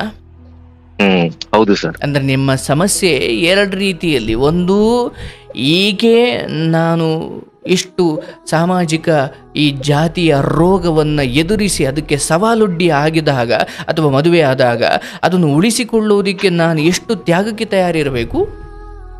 ಹೌದು ಸರ್. ಮತ್ತಿನ್ನೊಂದು, ಅಲ್ಲಿ ತಾಯಿನೋ ಅವ್ರ ಅಣ್ಣನೋ ಅದನ್ನು ಹೇಳಿ ಕಳಿಸಬೇಕು ಅಥವಾ ಅದನ್ನು ಒಳ್ಳೆ ರೀತಿಯಲ್ಲಿ ಹೇಳಿ ಆಕೆಯನ್ನು ಕಳಿಸೋ ತರ ಇರಬೇಕು. ಬಟ್ ಈಗ ಸೊ ಇಲ್ಲ ಅವ್ರ ಅಣ್ಣನ ನೋಡಿ ಸರ್, ಈಗ ಮೊನ್ನೆನೂ ಈಗ ಅವ್ರ ಜೊತೆನೋ ಮಾತುಕತೆ ಆಯ್ತು ನನಗೆ. ನಾನಂದೆ ಈಗ ನೋಡಿ, ಈಗ ಮನೆ ದೇವರಿಗೆ ಒಂದು ಕೆಲವೊಂದು ಕಾರ್ಯಗಳಿರ್ತವೆ ಸರ್. ಪಾಪಿಗೆ ಈಗ ಮುಡಿ ತೆಗ್ಸೋದು ಇವೆಲ್ಲ ಸಂಪ್ರದಾಯದಂತೆ ಮಾಡ್ಬೇಕಾಗ್ ಬರುತ್ತೆ. ಸೊ ಆಯ್ತಮ್ಮ, ಈಗ ನೀನ್ ಆ ಕಡೆ ಕರಿತಾ ಇದೀಯ, ನಾನ್ ಬರ್ತೀನಿ, ಪಾಪನ್ನ ಕರ್ಕೊಂಡು ಇಲ್ಲಿ ಬಾ. ನಾನು ಅಮ್ಮ ನೀನು 3 ಜನನು ಹೋಗಿ ದೇವಸ್ಥಾನಕ್ಕೆ ಹೋಗಿ ಅದೇನ್ ಪೂಜೆ ಇದೆ ಮುಗಿಸ್ಕೊಂಡು ಇಲ್ಲೊಂದ್ 2 ದಿನ ಇದ್ದು ವಾಪಸ್ಸು ಇಬ್ರು ಒಟ್ಟಿಗೆ ಶಿವಮೊಗ್ಗ ಹೋಗೋಣ. ಬರ್ತೀನಿ, ಅಲ್ಲಿಗೇನೆ ನಾನು ಬರ್ತೀನಿ. ಇಲ್ಲಿ ಏನಿದೆ ಅವಾಗ ಬಂದು ಅಮ್ಮನ್ನ ನೋಡ್ಕೊಂತೀನಿ. ಪಕ್ಕದಲ್ಲಿ ತಂಗಿನೂ ಇದ್ದಾಳೆ, ದೂರ ಜಾಸ್ತಿ ಇಲ್ಲ, ಪರವಾಗಿಲ್ಲ, ಹೆಂಗೋ ನಡೆಯುತ್ತೆ ಅಂತ ಅಂದ್ರೆ ಅವಳು ಅದಕ್ಕೂ ಒಪ್ಕೊಂತ, ಇಲ್ಲ ನಾನ್ ಬರಲ್ಲ, ನೀನ್ ಇಲ್ಲಿಗ್ ಬಾ, ಇಲ್ಲಿಂದ ನಮ್ಮ ಅಣ್ಣಂದಿರ ಜೊತೆ ಎಲ್ಲ ಹೋಗೋಣ. ಅಲ್ಲಿ ಏನಾಗಿದೆ ಅಂತಂದ್ರೆ ಸರ್, ಅವ್ರ ಅಣ್ಣಂದಿರ ಜೊತೆ ಇಲ್ಲಿ ನಮ್ಮ ಫ್ಯಾಮಿಲಿ ಕಡೆ ಏನಾಗಿದೆ ಅಂದ್ರೆ ಕೆಲವೊಂದನ್ನ ತುಂಬಾ ತಪ್ಪಾಗಿ ಬಿಂಬಿಸ್ಬಿಟ್ಟಿದ್ದಾಳೆ. ಸೊ ಏನಾಗಿದೆ ಅಂತಂದ್ರೆ ಅವ್ರಿಗೂ ಇವಳನ್ನ ಈ ಕಡೆ ಕಳ್ಸೋದಿಕ್ಕೆ ತುಂಬಾ ಭಯ ಬೀಳ್ಬೇಕು ಅನ್ನೋ ರೀತಿಲಿ ಚೇಂಜ್ ಮಾಡ್ಬಿಟ್ಟಿದ್ದಾಳೆ. ಅಂದ್ರೆ ಅದು ನಿಮ್ಮ ಊರ ಹೆಸರು ಕಾರಣಕ್ಕೋ ಏನದು? ಹೌದು, ಇರ್ಬೋದು. ಈಗ ಮೋಸ್ಟ್ಲಿ ಅದೊಂದು ಕಾರಣನೂ ಇದೆ, ಕೊಳ್ಳೇಗಾಲ ಅನ್ನೋದು. ಈಗ ಅದೊಂದು ಕಾರಣ. ಏನಕ್ಕೆ ಆ ಊರಿಗೆ ಆ ಕಪ್ಪು ಚುಕ್ಕೆ ಬಂತು ಅನ್ನೋದು ನೋಡಿ, ನಾವು ಇಲ್ಲೇ ಬೆಳೆದವರು, ಇಲ್ಲೇ ಆಟ ಆಡದವರು, ನಮ್ಗೆ ಇಲ್ಲಿ ಆ ಗಂಧಗಳಿನೂ ನಮ್ಗೇನು ಗೊತ್ತಿಲ್ಲ ಸರ್. ಲೋಕದಲ್ಲಿ ಅದೊಂದು ಹೆಸರು ಇದ್ದೇ ಇದೆಯಲ್ಲಪ್ಪ. ಅದೊಂದು ಬೆಳೆದಿದೆ, ಇರ್ಲಿ ಆಯ್ತು ಸರ್. ಇವಳು ವಿದ್ಯಾವಂತೆ ಅಲ್ವಾ, ಸ್ವಯಂ ಬುದ್ಧಿ ಇಲ್ವಾ? ಅಲ್ಲ, ಹಾಗೆದ್ರೋದಾದ್ರೆ ನಿಮ್ಮ ಆ ಭಾಗದ ಯಾವ ಗಂಡು ಮಕ್ಕಳು ಹೆಣ್ತಿದಿರು ನಿಲ್ಲಂಗೆ ಇರ್ಲಿಲ್ವಲ್ಲಪ್ಪ? ಹೌದಲ್ವಾ ಸರ್? ಅದು ಹಾಗಲ್ಲ. ಅಂದ್ರೆ ಸುಮ್ಮನೆ ಹೇಳ್ತೀನಿ, ಬಿಡಿಸ್ಕೊಳ್ಬೇಕು ಅಥವಾ ನಾನು ನನ್ನ ಹಠವನ್ನು ಸಾಧಿಸಬೇಕು ಅಂದಾಗ ಏನೋ ಒಂದು ಕಾರಣ ಹುಡುಕೊಳ್ತಾರಲ್ಲಪ್ಪ. ಇದು ತೀರಾ ನಾನು ಬಿಡುಗಡೆ ಬಗ್ಗೆ ಮಾತಾಡ್ತಾ ಇಲ್ಲ, ಇದೊಂದು ಸೈಕಾಲಜಿ. ಹೌದು ಸರ್. ನನಗೆ ಅಲ್ಲಿಗೆ ಹೋಗ್ಲಿಕ್ಕೆ ಇಷ್ಟ ಇಲ್ಲ, ಅಥವಾ ನನಗೆ ಅವ್ರ ಮಾತನ್ನ ನಾನು ಶರಣಾಗಿ ನಡಿಲಿಕ್ಕೆ ನನಗೆ ಇಷ್ಟ ಇಲ್ಲ, ನನ್ನಂತೆ ನಡಿಬೇಕು ಅಂದಾಗ ಒಂದು ನೆಪ ಹುಡುಕ್ಲಿಕ್ಕೆ ಇವೆಲ್ಲ ಬೇಕಾಗ್ತವೆ. ನೋಡಪ್ಪ, ಒಂದು ಬಹಳ ತಿಳಿದವರಂತೆ, ಬಹಳ ಪ್ರಬುದ್ಧರಂತೆ ಇದ್ದೀರಿ. ಆ ಹೆಣ್ಮಗಳಿಗೂ ನೀವು ಸ್ವಲ್ಪ ಸ್ಪೇಸ್ ಕೊಡಿ. ಏನು ಎಲ್ಲ ಈಗಲೇ ಮುಗಿದು ಹೋಗಲ್ಲ. ಹೌದು ಸರ್. ಅವಳಿಗೆ ನಾನು ಒಂದು ಮಾತು ಹೇಳಿದೆ, ಅವಳು ಅರ್ಥ ಮಾಡ್ಕೊಳ್ಳಾಗಿದ್ರೆ ಈ ಮಾತಲ್ಲಿ ಹೇಳ್ಕೊಬೋದಾಗಿತ್ತು. ಮದುವೆ ಆಗ್ಬೇಕಾದ್ರೆ ಇಬ್ರು ಕೈ ಹಿಡ್ಕೊಂಡು ಧರ್ಮೇಚ ಕಾಮೇಚ ಅರ್ಥೇಚ ನಾಚಿತರಾಮೆ ಅಂತಂದು ಅದ ಅರ್ಥನ ಬಿಡಿಸಿ ಹೇಳಿದೀನಿ. ಇದನ್ನ ನಾನು ಬಿಡಿಸಿ ಹೇಳಿದೀನಿ. ನಾವ್ ಏನಂತ ಪ್ರಮಾಣ ಮಾಡಿದೀವಿ ನಾವು ಅವತ್ತು? ಈಗ ಆಗ್ತಾ ಇರೋದೇನು? ಏನಕ್ಕೆ ಕೇಳಿಸಿದ್ರು ಅವತ್ತು ಶಾಸ್ತ್ರಿಗಳದ ನಮ್ಮ ಹತ್ರ? ಏನಕ್ಕೆ ಆ ಪ್ರಮಾಣ ಮಾಡಿಸ್ತಾರ ಅವತ್ತು? ಗಂಡು ಹೆಣ್ಣನ್ನ ಇಟ್ಕೊಂಡು ಅದಷ್ಟಕ್ಕೆ ಸೀಮಿತನಾ? ಶಾಸ್ತ್ರಗಳಿಗಷ್ಟೇ ಬದ್ಧನ ಆ ಮಾತು? ಹೇಳಿದ್ರೆ ಇದಕ್ಕೆ ಆನ್ಸರ್ ಇಲ್ಲ ಸರ್. ಆಗ್ಲಪ್ಪ, ಈಗ ನಿಮ್ಮ ತಾಯಿಯ ಒಪ್ಪಿಗೆ ತಗೊಂಡೆ ಸ್ವಲ್ಪ ಸಮಯ ಅಲ್ಲಿದ್ದು ಅವ್ರ ಮನಸ್ಸು ಒಲಿಸಿ ಆಮೇಲೆ ಇಲ್ಲಿಗೆ ಬರ್ಬೋದ ನೋಡಿ. ಅಂದರೆ ಈಗ ಅವರಲ್ಲಿ ಕರೀತಿದ್ದಾರೆ, ಹೌದು. ಬಟ್ ಒಂದು ತಲೆಯಲ್ಲಿ ಯಾವಾಗಲೂ ಇಟ್ಕೊಳ್ಳಿ, ನಿಮಗೆ ನಾನು ಹೇಳೋದು, ಆ ಹೆಣ್ಣುಮಗಳು ನೀವು ಕಾರ್ಯಕ್ರಮ ಬಹಳ ದೀರ್ಘವಾಗಿ ಕೇಳಿಕೊಂಡು ಬಂದಾಗ ತೀರಾ ಹೊಲಸು ದಾರಿ ಹಿಡ್ದಿಲ್ಲ. ಆದ್ರೆ ಜಾಗದಲ್ಲಿ ಜಾಗದಲ್ಲಿ ಅಲ್ಲಿ ಇಲ್ಲ ಅಲ್ಲ ಅಂತ ಸ್ವಲ್ಪ ಗೊಂದಲ ಇದೆ. ಇದೇನು ತೀರಾ ಅಶ್ಲೀಲವಾದ ಸಂಗತಿ ಏನಲ್ಲ. ಇವತ್ತು ಎಲ್ಲರ ಮನೆಯಲ್ಲಿ ಇದಕ್ಕಿಂತ ಹೀನವಾಗಿ ನಡೀತಾ ಇದೆ. ನೀವು ಯಾವಾಗಲೂ ಆಕೆ ಬಗ್ಗೆ ಇಟ್ಕೊಳ್ಬೇಕಾದ ಒಂದು ಖುಷಿ ಏನಂದ್ರೆ, ಇದು ಕೇವಲ ಜಾಗದ ಬಗ್ಗೆ ಮತ್ತೆ ಇದ್ರ ಬಗ್ಗೆ ನಡೀತಾ ಇದೆ, ಇದು ಎಲ್ಲರ ಮನೇಲೂ ಇದೆ. ಆದ್ರೆ ದೂರ ಇದ್ದಾಗ ಒಂದು ಹೆಣ್ಣು ಮಗಳು ಇವತ್ತು ಕೆಡ್ಲಿಕ್ಕೆ ಎಷ್ಟು ದಾರಿಗಳಿದ್ದಾವಲ್ಲಪ್ಪ. ಹೌದು ಸರ್. ಆದ್ರೆ ಆ ಹೆಣ್ಮಗಳು, ನಿನ್ನ ಜೀವನಕ್ಕೆ ಬಂದಿರೋ ಹೆಣ್ಮಗಳು ಈ ವಿಚಾರದಲ್ಲಿ ಬಹಳ ಒಳ್ಳೆ ರೀತಿಯಲ್ಲಿ ಶುದ್ಧವಾಗಿ ಬಂದಿದ್ದ. ಹೌದು ಸರ್. ಏನೋ ಕೆಲವು ನಂಬಿಕೆಯಲ್ಲಿ ವ್ಯತ್ಯಾಸಗಳು, ಸಿದ್ಧಾಂತಗಳಲ್ಲಿ ಕೆಲವು ವೈಪರೀತ್ಯಗಳು ಹೊರತುಪಡಿಸಿದ್ರೆ ಆಯ್ತವಾ, ನನ್ನ ತಾಯಿಗೂ ಹೇಳ್ತೀನಿ, ಏನೋ ಒಂಚೂರು ನಿನ್ನ ಪ್ರಕಾರವೇ ಹೋಗೋಣ. ಅಂದರೆ ಯಾವುದನ್ನೇ ಆಗಲಿ ನಾನು ಅತ್ಯಂತ ಈಗ ಹೇಗಿರಬೇಕಿತ್ತು, ನೀವು ಇಷ್ಟು ಜಾತಿಯನ್ನು ಅಥವಾ ಬೇರೆ ಬೇರೆ ಜಾತಿ ಆದರೂ ಕೂಡ ಅದನ್ನು ಎದುರಿಸಿ ಎಲ್ಲವನ್ನು ಮೀರಿ ನೀವು ಮದುವೆ ಆದಾಗ, ಹೌದು ನಾಳೆ ದಿನ ಇಂಥ ಮಾತು ಬಂದೇ ಬರ್ತವೆ, ಕೀಳು ಜಾತಿ ಅಥವಾ ಇನ್ನೇನೋ ಅಂದ್ಕೊಂಡು ನನ್ನ ಅತ್ತೆ ನನಗೇನೋ ಅನ್ಬೋದು, ಸಮಾಜದ ಮಾತು ಕೇಳಿಕೊಂಡು ಅತ್ತೆಗೆ ಸ್ವಯಂ ಅಂತ ಕೇಡು ಬುದ್ಧಿ ಇಲ್ಲದೆ ಹೋದರು, ಯಾರೋ ಹೊರಗಡೆ ಅವ್ರು ಹೇಳ್ಕೊಟ್ರು ಅನ್ನೋ ಕಾರಣಕ್ಕೆ ನನ್ನ ಮೇಲೆ ಅದನ್ನು ಪ್ರಯೋಗ ಮಾಡ್ಬೋದು. ಅಂಥದ್ದೊಂದು ದಿನ ನನಗೆಷ್ಟು ದುಃಖವಾಗುತ್ತೆ. ಆ ದುಃಖವನ್ನು ತಡ್ಕೊಳ್ಳೋ ಶಕ್ತಿ ಇದ್ದರೆ ಮಾತ್ರ ನಾನು ಈ ಸಂಬಂಧದಲ್ಲಿ ಮೂವ್ ಆಗಬೇಕು. ಇಲ್ಲ ಅಂದರೆ ನನ್ನ ಪಾಡಿಗೆ ನನ್ನ ಜಾತಿಯಲ್ಲಿ ಯಾವುದೋ ನೋಡಿಕೊಂಡು ಬದುಕಬೇಕು. ಅಂದರೆ ಈ ಅಂತರ್ಜಾತಿ ವಿವಾಹದಲ್ಲಿ ಈ ಮಟ್ಟಿನ ಒಂದು ಗಟ್ಟಿತನ ಇಲ್ಲದೆ ಹೋದರೆ ಆಗಲೇಬೇಡಿ, ಸುಮ್ಮನೆ ಹಾಳಾಗ್ಬಿಡ್ತೀರಾ. ಹೌದು ಸರ್. ಒಂದು ನೀವು ತೆಗೆದುಕೊಳ್ಳುತ್ತಿರೋ ನಿರ್ಧಾರ ಶ್ರೇಷ್ಠವಾದದ್ದೇ, ಅದು ಅತ್ಯಂತ ಕ್ರಾಂತಿಕಾರಿಯಾದದ್ದೇ, ಆದರೆ ಅದಕ್ಕಿರೋ ಸವಾಲುಗಳು ಬಲ್ಲಿರ್ಬೇಕು, ಅದು ತಿಳಿದಿರ್ಬೇಕಲ್ಲ. ಸಹಜವಾಗಿ ಬಂದೇ ಬರುತ್ತೆ ಸರ್. ಬಂದೇ ಬರುತ್ತೆ. ಅರೆ ನೆಂತ ಮಹನೀಯರು ಬಂದು ಹೋದ್ರಿ, ಅದಾಗಿಲ್ಲ, ಅದನ್ನು ಮೀರಿ ನೀವು ನಿಲ್ತೀರಾ ಅಂದಾಗ ಏನು ಬೆಂಕಿ ಉಗುಳಿದಂತೆ ಉಗುಳುತ್ತಾರೆ ನಾಳೆ ದಿನ. ಅದಕ್ಕೆ ನಾನು ತಯಾರು, ಏನು ಗಂಡ ನಾನು ನನ್ನ ಗಂಡ ಆಯಸ್ಕಂತ ಅಂಟ್ಕೊಂಡು ಇರಬೇಕು. ನಾವು ಸಮಾಜಕ್ಕೆ ಮಾತಿನ ಮೂಲಕ ಅಲ್ಲ, ನಮ್ಮ ಸಂಸಾರ ನಡೆಸೋ ಮೂಲಕ ಉತ್ತರ ಕೊಡಬೇಕು ಅಂತ ಒಂದು ಇಚ್ಛೆ ಇದ್ದರೆ ಒಂದಾಗಿ, ಇಲ್ಲ ಅವ್ರು ಹೇಳೋದಕ್ಕೂ ನೀವು ಮಾಡೋದಕ್ಕೂ ಒಂದೇ ಆಯ್ತಲ್ವಾ. ಇವತ್ತು ಹೇಳ್ತಾರೆ ನಿಮ್ಮನ್ನು ನೋಡಿ, ಸುಮ್ಮನೆ ನಿಮ್ಮನ್ನ ಅಂತಲ್ಲ, ಹಿಂಗಾಗಿ ನೀವು ಇಂಥ ಎಡವಟ್ಟು ಮಾಡಿಕೊಂಡ್ರೆ ಹೇಳಿಲ್ವಾ ಜಾತಿ ನಡುವೆ ಆಗಬಾರ್ದು ಅಂತ, ನೋಡಿ ಈಗ ಅವ್ರ ಬದುಕು ಏನಾಗಿದೆ ನಿಮ್ಮನ್ನ ಉದಾಹರಣೆ ಕೊಡ್ತಾರೆ. ಹೌದು ಸರ್. ಮತ್ತು ನಾಳೆ ದಿನ ಈ ಕಂದಕ, ಈ ಮಾರಣಾಂತಿಕ, ಈ ವಿಕೃತ ಜಾತಿ ವ್ಯವಸ್ಥೆ ಹೆಚ್ಚಾಗಲಿಕ್ಕೆ ನೀವೇ ಕಾರಣ ಆಗಿಬಿಡ್ತೀರಿ. ಯಾಕೆ? ನೀವು ಅಂಥ ಕ್ರಾಂತಿಕಾರಿ ನಿರ್ಧಾರ ತಗೊಂಡು ಅದನ್ನು ಸಾಧಿಸಲಿಲ್ಲ ಅನ್ನೋದಾದರೆ, ಮತ್ತು ಬೇರ್ಪಟ್ರಿ ಅನ್ನೋದಾದರೆ, ಮೊದಲ ನಂಬಿಕೆಗೆ ನೀವು ಇನ್ನೊಂಚೂರು ತುಪ್ಪ ಸುರಿದಂಗೆ ಆಯ್ತಲ್ಲ. ಹೌದು ಸರ್. ಹಾಗಾಗಿ ಇಂಥದ್ದೇನೋ ಕ್ರಾಂತಿಕಾರಿ ನಿರ್ಧಾರ ತೆಗೆದುಕೊಳ್ಳಬೇಕಾದ್ರೆ ಅಂಥದ್ದೊಂದು ಬದ್ಧತೆಯನ್ನು ಪ್ರದರ್ಶನ ಮಾಡೋದಾದರೆ ಮುಂದುವರಿಬೇಕಿಲ್ಲ. ನಿಮ್ಮ ನೋಡ್ಕೊಂಡು ಯಾನು ಸುಮ್ಮನೆ ಇದ್ಬಿಡಿ.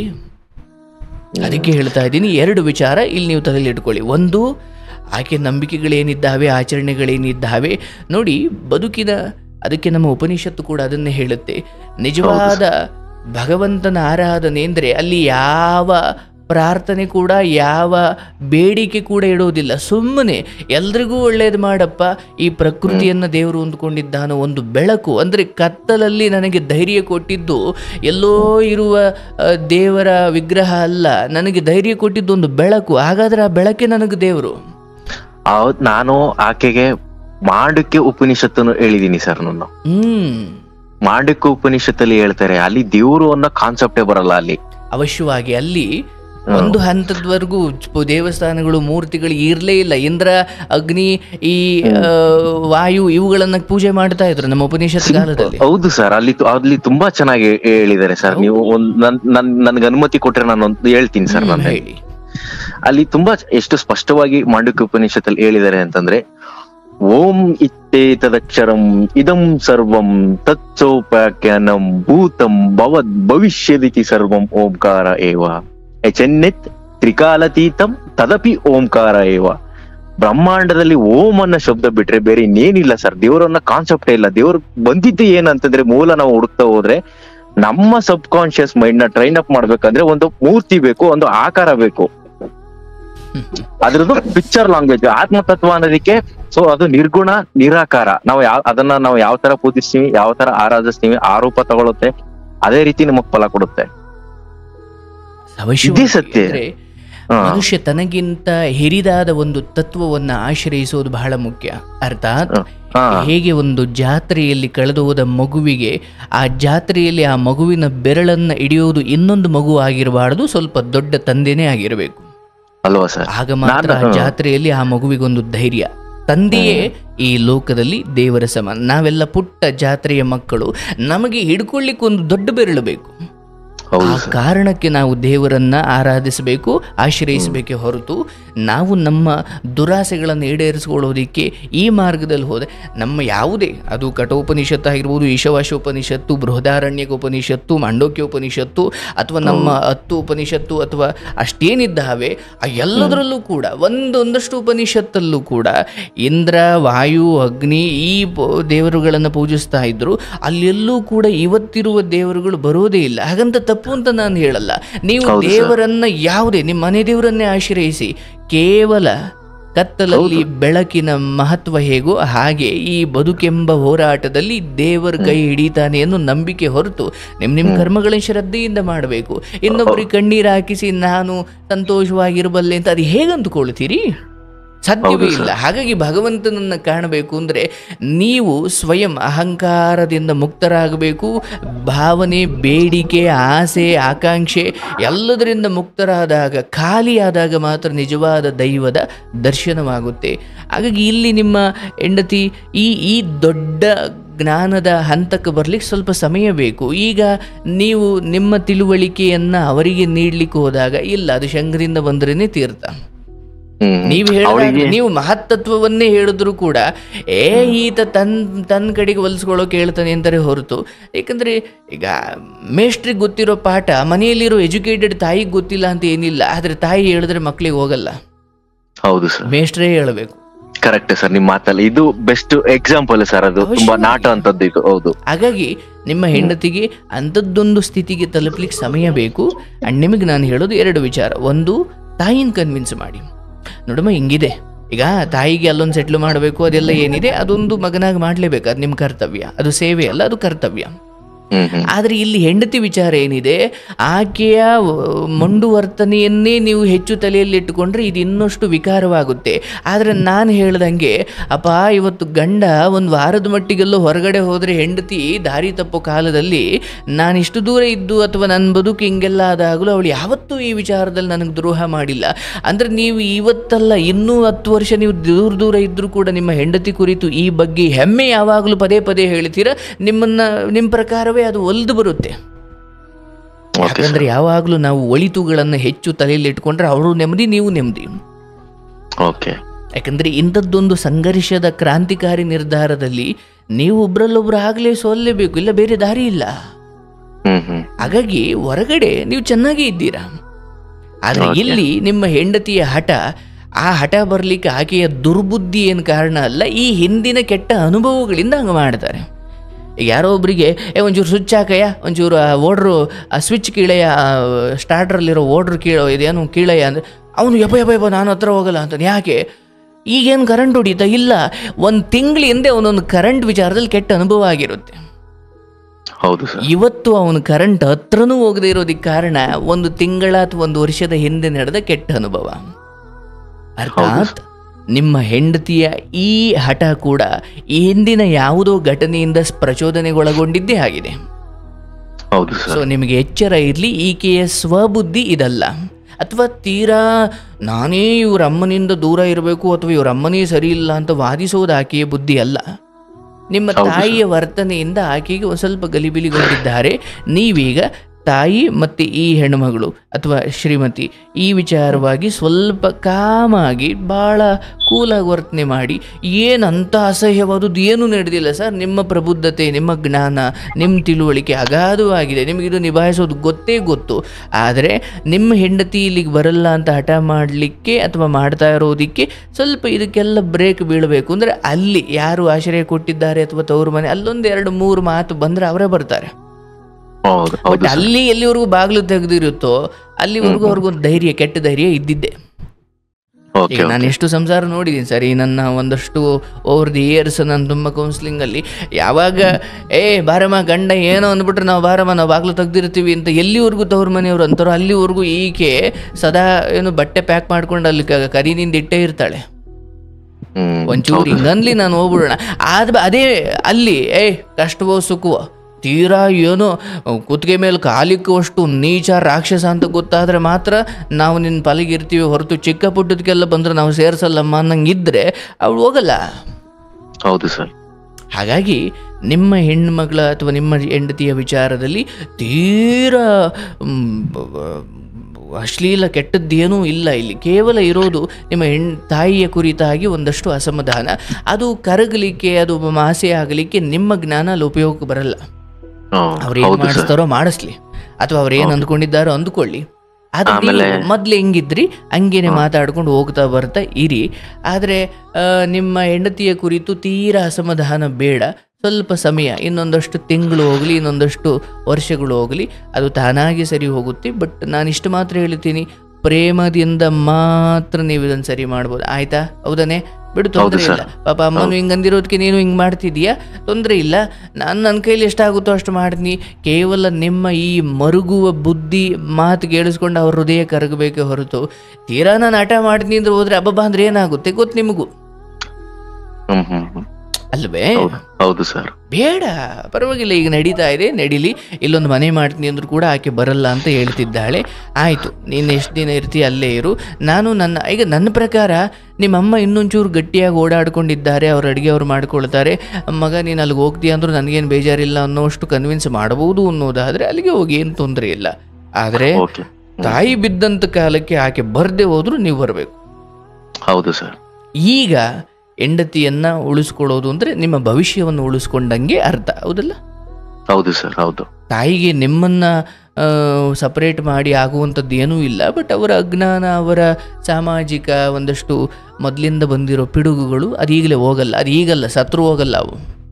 ಹೌದು ಸರ್. ತಾಯಿ ಬದಲಾಗಲಿ ಅದು ಸಾಧ್ಯವೇ ಇಲ್ಲ. ಹೆಂಡತಿಯಲ್ಲಿ ಏನೋ ಒಂಚೂರು ಬದಲಾವಣೆ ಆಗ್ಬೋದು ಅಷ್ಟೇ. ಸೊ ಅವರ ಒಂದಷ್ಟು ಮೈಮೇಲೆ ದೇವರು ಬರೋದು, ನಿಮ್ಮ ಹೆಂಡತಿಯ ಒಂದಷ್ಟು ನಂಬಿಕೆಗಳು, ನಿಮ್ಮ ತಾಯಿಯ ಒಂದಷ್ಟು ನಂಬಿಕೆಗಳು, ಇವುಗಳನ್ನು ನೀವು ಸರಿ ಮಾಡ್ಲಿಕ್ಕೆ ಹೋಗ್ಲೇಬೇಡಿ, ನೀವು ಹುಚ್ಚರಾಗ್ಬಿಡ್ತೀರಾ.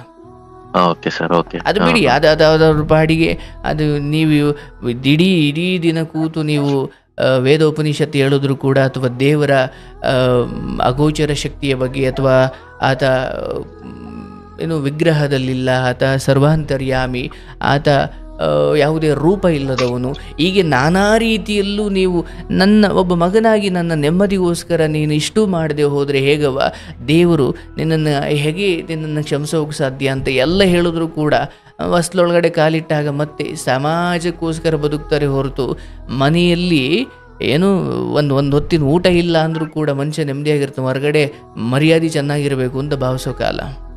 ಹೌದು ಸರ್, ಚೆನ್ನಾಗಿರ್ಬೇಕು, ಹೌದು. ಬಟ್ ಮನೆಯ ಒಂದು ಸಂಸಾರನ, ಮಗನ ಸಂಸಾರನ ಬಲಿ ಕೊಟ್ಟಲ್ಲ. ಯಾರು ಬರ್ತಾರೆ ನಾಳೆ? ಯಾರು ಬರಲ್ಲ. ಸೊ ತಾಯಂದಿರು ತೀರಾ, ಮನೆಯವರು ತೀರಾ ಇಷ್ಟು ಸೂಕ್ಷ್ಮ ಇದ್ದಾರೆ ಅಂದಾಗ ದಯವಿಟ್ಟು ಇಂಥವಕ್ಕೆಲ್ಲ ಕೈ ಹಾಕಬೇಡಿ. ಯಾಕಂದ್ರೆ ನಾಳೆ ದಿನ ನೋಡಿ ಏನಾಗು, ಈಗ ನೀವು ಜಾತಿಗಳ ಆ ತಾರತಮ್ಯವನ್ನು ಮೀರಬೇಕು ಅನ್ನೋ ಇಚ್ಛೆ ಏನೋ ಸರಿ, ಬಟ್ ಅಂತಿಮವಾಗಿ ಇದಕ್ಕೆ ತಕ್ಕಂಗೆ ನಿಮ್ಮ ಪಾರ್ಟ್ನರು ನಡ್ಕೊಳ್ದೆ ಹೋದ್ರೆ ಏನ್ ಬದುಕು ಮುರಬಟ್ಟೆ ಆಗ್ಬಿಡುತ್ತೆ. ಹೌದು ಸರ್. ಅಂತ ದೊಡ್ಡ ಸವಾಲನ್ನ ಮೀರಿ ನಿಲ್ಲಬೇಕು ಅಂದ್ರೆ ಇಬ್ರು ಎಷ್ಟು ಗಟ್ಟಿಯಾಗಿ ನಿಂತ್ಕೊಳ್ಬೇಕಲ್ವಾ? ಹೌದು ಸರ್. ಈಗ ನಿಮ್ಮಷ್ಟೇ ಗಟ್ಟಿ ನಿರ್ಧಾರ ತಗೊಂಡು, ಹೌದಪ್ಪ ನಮಗಿವ್ರು ಮಾದರಿ, ನಾವು ಹಂಗೆ ನಿಂತ್ಕೊಳ್ತೀವಿ ಅಂತ ಅಂದ್ಕೊಂಡು ಜೀವನ ಪೂರ್ತಿ ಯಾರು ಹೊರಗಡೆ ಹಾಕಿದ್ರೆ ನಾವು ಗುಡಿಸ್ಲಲ್ಲಿ ಒಟ್ಟಿಗೆ ಬದುಕೋದು ನಮಗೆ ಗೊತ್ತು ಅನ್ನೋ ಮಟ್ಟಿಗೆ ನಿಂತ್ಕೊಳ್ಳದೆ ಹೋದರೆ, ಮದುವೆ ನೋಡು ಬೇಡ ಅಂದರು ಆದರೂ ಈಗ ನೋಡು ಅವಳು ಅಲ್ಲೇ ಇವನು ಇಲ್ಲಿ, ಎಷ್ಟೇ ಬಿಡೋ ಈ ಜಾತಿ ಇದೆಲ್ಲ ಇಷ್ಟೇ ಅಂದರೆ ಅವ್ರು ಏನು ಹೇಳ್ತಿದ್ರೋ ನೀವು ಅದಕ್ಕೆ ಎಂಬು ಕೊಟ್ಟಿದ್ದೀರಿ ಅಷ್ಟೇ. ಹೌದು ಸರ್. ಹಾಗಾಗಿ ಸ್ವಲ್ಪ ಹೆಂಡತಿಯ ಇಚ್ಛೆಯಂತೆ ನಡ್ಕೊಳ್ಳಿ, ಅದರಲ್ಲಿ ಏನು ತಪ್ಪಿಲ್ಲ. ಅಥವಾ ಅದರಲ್ಲೇನೋ ಹೆಂಡತಿ ಮಾತು ಕೇಳ್ಕೊಂಡು ಹಿಂಗೆ ನೋಡು ಅವಳ ಹತ್ರನೇ ಹೋಗಿ ಉಳ್ಕೊಂಡ ಹಂಗೇನಿಲ್ಲ.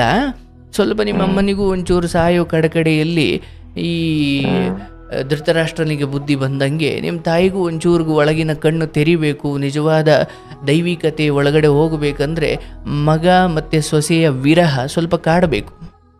ಹೌದು ಸರ್. ಬಿದ್ದ ಕಾಲಕ್ಕೆ ನೋಡ್ಕೊಳ್ಳಿ, ಬಟ್ ಸಾಯೋಕ್ಕಿಂತ ಮುಂಚೆ ಅಂಥದ್ದೊಂದು ಸತ್ಯದ ದರ್ಶನವೇ ಆಗಲಿಕ್ಕೆ ಅವಕಾಶ ಕೊಡಬೇಕಂದ್ರೆ, ಅಂದರೆ ನಿಜವಾಗಿಯೂ ಒಂದು ತಂದೆ ತಾಯಿ ಕಣ್ಣೀರು ಹಾಕ್ಸಿದ್ರೆ ಏನು ತಪ್ಪಾಗುತ್ತೆ ಅಂತ ದಶರಥನಿಗೆ ರಾಮ ಕಾಡ್ಗೋದ ಮೇಲೆ ಗೊತ್ತಾಗಿದ್ದು. ಹೌದು ಸರ್. ಅಂಥದ್ದೊಂದು ವಿರಹ ಆಗದೆ ಹೋಗಿದ್ದಿದ್ರೆ ದಶರಥನಿಗೂ ಆ ಎತ್ತವರ ನೋವು ಹೇಗಿರುತ್ತೆ ಅಂತ ಗೊತ್ತಿರ್ಲಿಕ್ಕಿಲ್ವೋ ಏನೋ. ತಾಯಿಗೆ ಕೋಪದಿಂದ ದೂರ ಇರಿ ಅಂತ ಹೇಳ್ತಿಲ್ಲ, ಆಕೆಗೆ ಬುದ್ಧಿ ಬರಲಿ ಅಂತ ಸ್ವಲ್ಪ ದೂರ ಇರಿ. ನೀವು ಅಂದ್ರೆ ಭಗವಂತ ಕೈ ಬಿಟ್ಟ ಅಂದ್ರೆ ಇಲ್ಲ, ನೀವು ಪಾತಾಳಕ್ಕೆ ಇನ್ನೇನು ಬೀಳ್ತಿದ್ದೀರಂದ್ರೆ ಮತ್ತೆ ಮೇಲೆ ಎತ್ತಾನೆ, ಬಟ್ ಬೀಳೋಕಾದ್ರೂ ಅವನು ಬಿಟ್ಟೇ ಬಿಡ್ತಾನೆ. ಯಾಕಂದ್ರೆ ನಿಮಗೆ ಬುದ್ಧಿ ಬರಬೇಕು. ಹೌದು ಸರ್, ಹೌದು. ಹಾಗೆ ನಿನ್ನ ತಾಯಿಯ ವಿಚಾರದಲ್ಲೂ ಕೂಡ ಆಕೆಯನ್ನು ಒಂಚೂರು ಕನ್ವಿನ್ಸ್ ಮಾಡಿ ನಿನ್ನ ಪಾಡಿಗೆ ನೀನು ಇರಮ್ಮ. ಯಾಕಂದರೆ ನೀನೀಗ ಇದನ್ನೆಲ್ಲ ಬಿಡೋಳಲ್ಲ, ನನ್ನ ಸಂಸಾರ ನಾನು ಹಾಡು ಮಾಡ್ಕೊಳಕ್ಕೆ ಇಷ್ಟಪಡಲ್ಲ, ಏನು ಅವಳು ಊಟ ಹಾಕಲ್ಲ, 3 ಹೊತ್ತು ಊಟ ಹಾಕಲ್ಲ, ನಿನ್ನ ಬಟ್ಟೆ ಹಿಂಡು ಕೊಡಲ್ಲ ಅಂತ ಏನು ಹೇಳಿಲ್ಲ. ನೀನು ಅದನ್ನು ಮೀರಿಯೂ ಯಾರ್ದೋ ಹೊರಗಿನವ್ರ ಮಾತು ಕೇಳ್ಕೊಂಡು ಬಂದು ನೀನು ಹಿಂಗೆಲ್ಲ ಮಾಡ್ತೀಯ ಅಂದರೆ ನನ್ನ ನೆಮ್ಮದಿ ಬೇಡವನಮ್ಮ. ಆಯ್ತನಮ್ಮ, ನಾನು ಹೋಗ್ಬಿಡ್ತೀನಿ, ನೀನು ಒಬ್ಬಳೇ ಚೆನ್ನಾಗಿರು ಅಂತ 1 ತಿಂಗಳು 2 ತಿಂಗಳು ಇಂಥ ಅಂದರೆ ಇವು ಸ್ವಲ್ಪ ನೋವು ಆಗಬಹುದು. ಬಟ್ ಆಕೆಗೆ ಸತ್ಯ ಅರ್ಥ ಆಗಬೇಕು ಅಂದರೆ ಇದಕ್ಕೆ ಬೇರೆ ದಾರಿ ಇಲ್ಲ. ಹೌದು ಸರ್. ಸರ್ ನಾನು ಆಲ್ರೆಡಿ 2 ವರ್ಷ ನಾನು ಶಿವಮೊಗ್ಗದಲ್ಲಿ ಇದ್ದೆ ಸರ್. ಗೊತ್ತಾಯ್ತು ಹೇಳಿದ್ರಲ್ಲ. ಸೊ ಇವರು ಅಷ್ಟು ಆದ್ರೂನು ಹಂಗಾಗಿ ಇವರು ಕೇಳ್ತಿಲ್ಲ. ನಾನ್ ಮಂಗಳೂರಲ್ಲಿ 2 ವರ್ಷ ಇದ್ರು, 2 ಅಲ್ಲ ಇನ್ನು 5-6 ವರ್ಷ ಇದಕ್ಕೆ ಸಮಯ ಬೇಕು.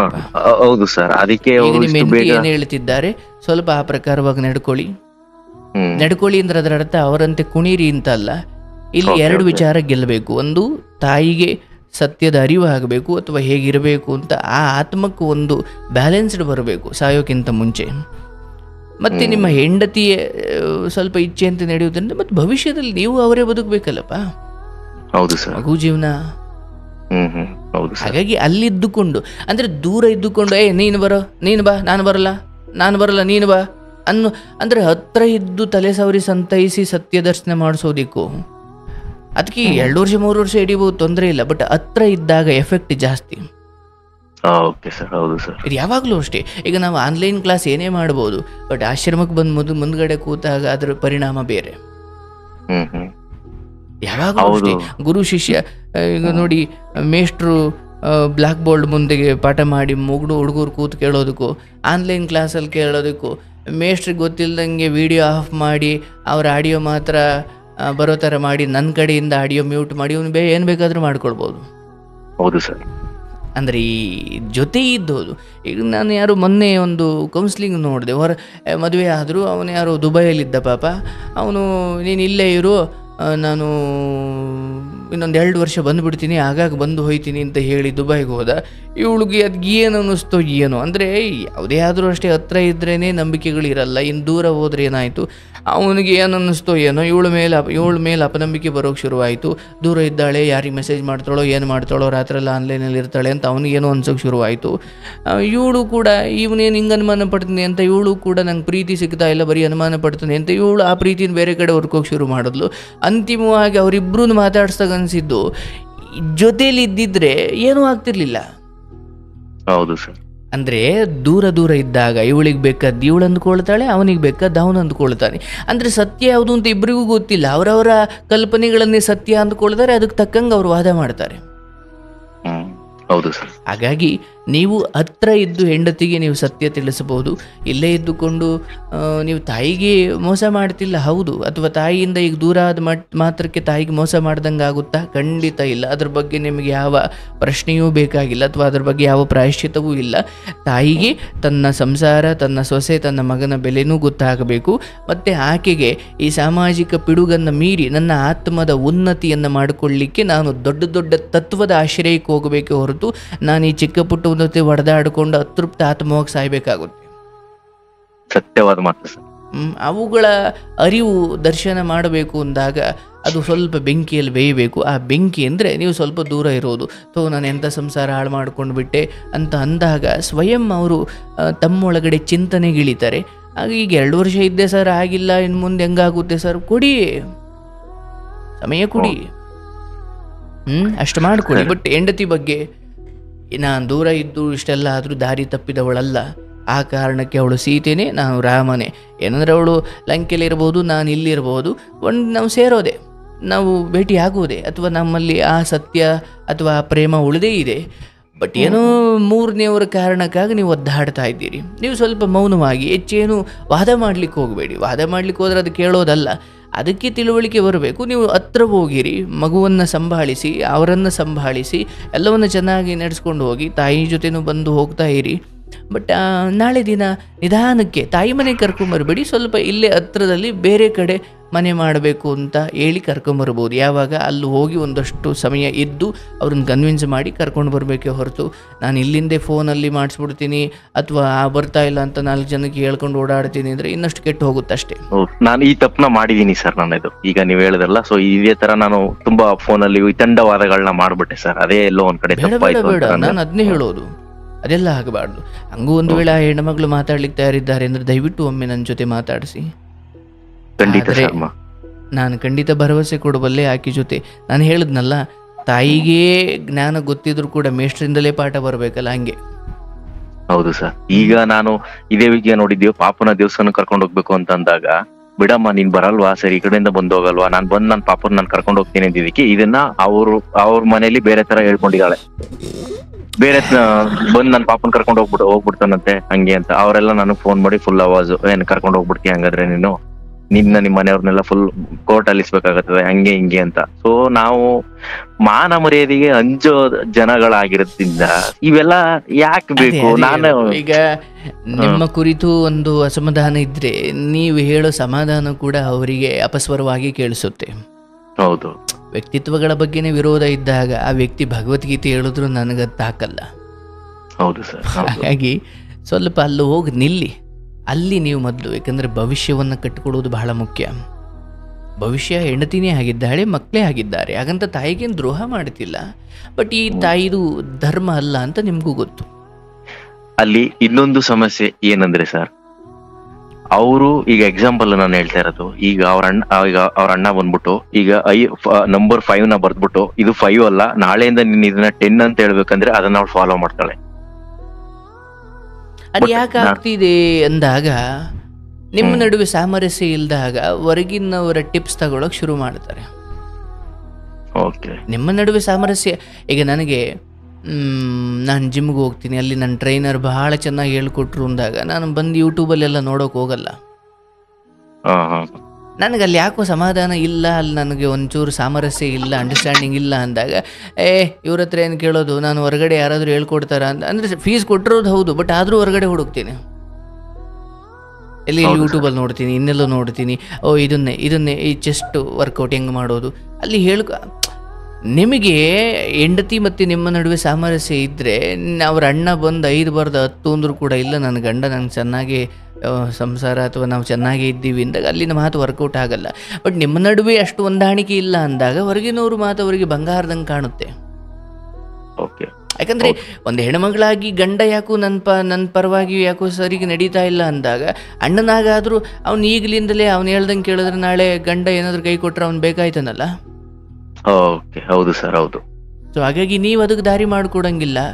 ಆಕೆ ಇಚ್ಛೆ ಅಂತ ನಡೀರಿ, ಏನ್ಗಳು ಯಾಕೋ ಪೂಜೆ ಕರೆದ್ರೆ ಹೋಗಿ, ಏನು ಮಾಡಿದ್ರು ಹೋಗಿ. ನಾನೀಗ ಹೇಳ್ತೀನಿ, ಮಗುವಿನ ಕಾರಣಕ್ಕಾದರೂ ಅಪಸ್ವರ ಎತ್ತಬೇಡಿ.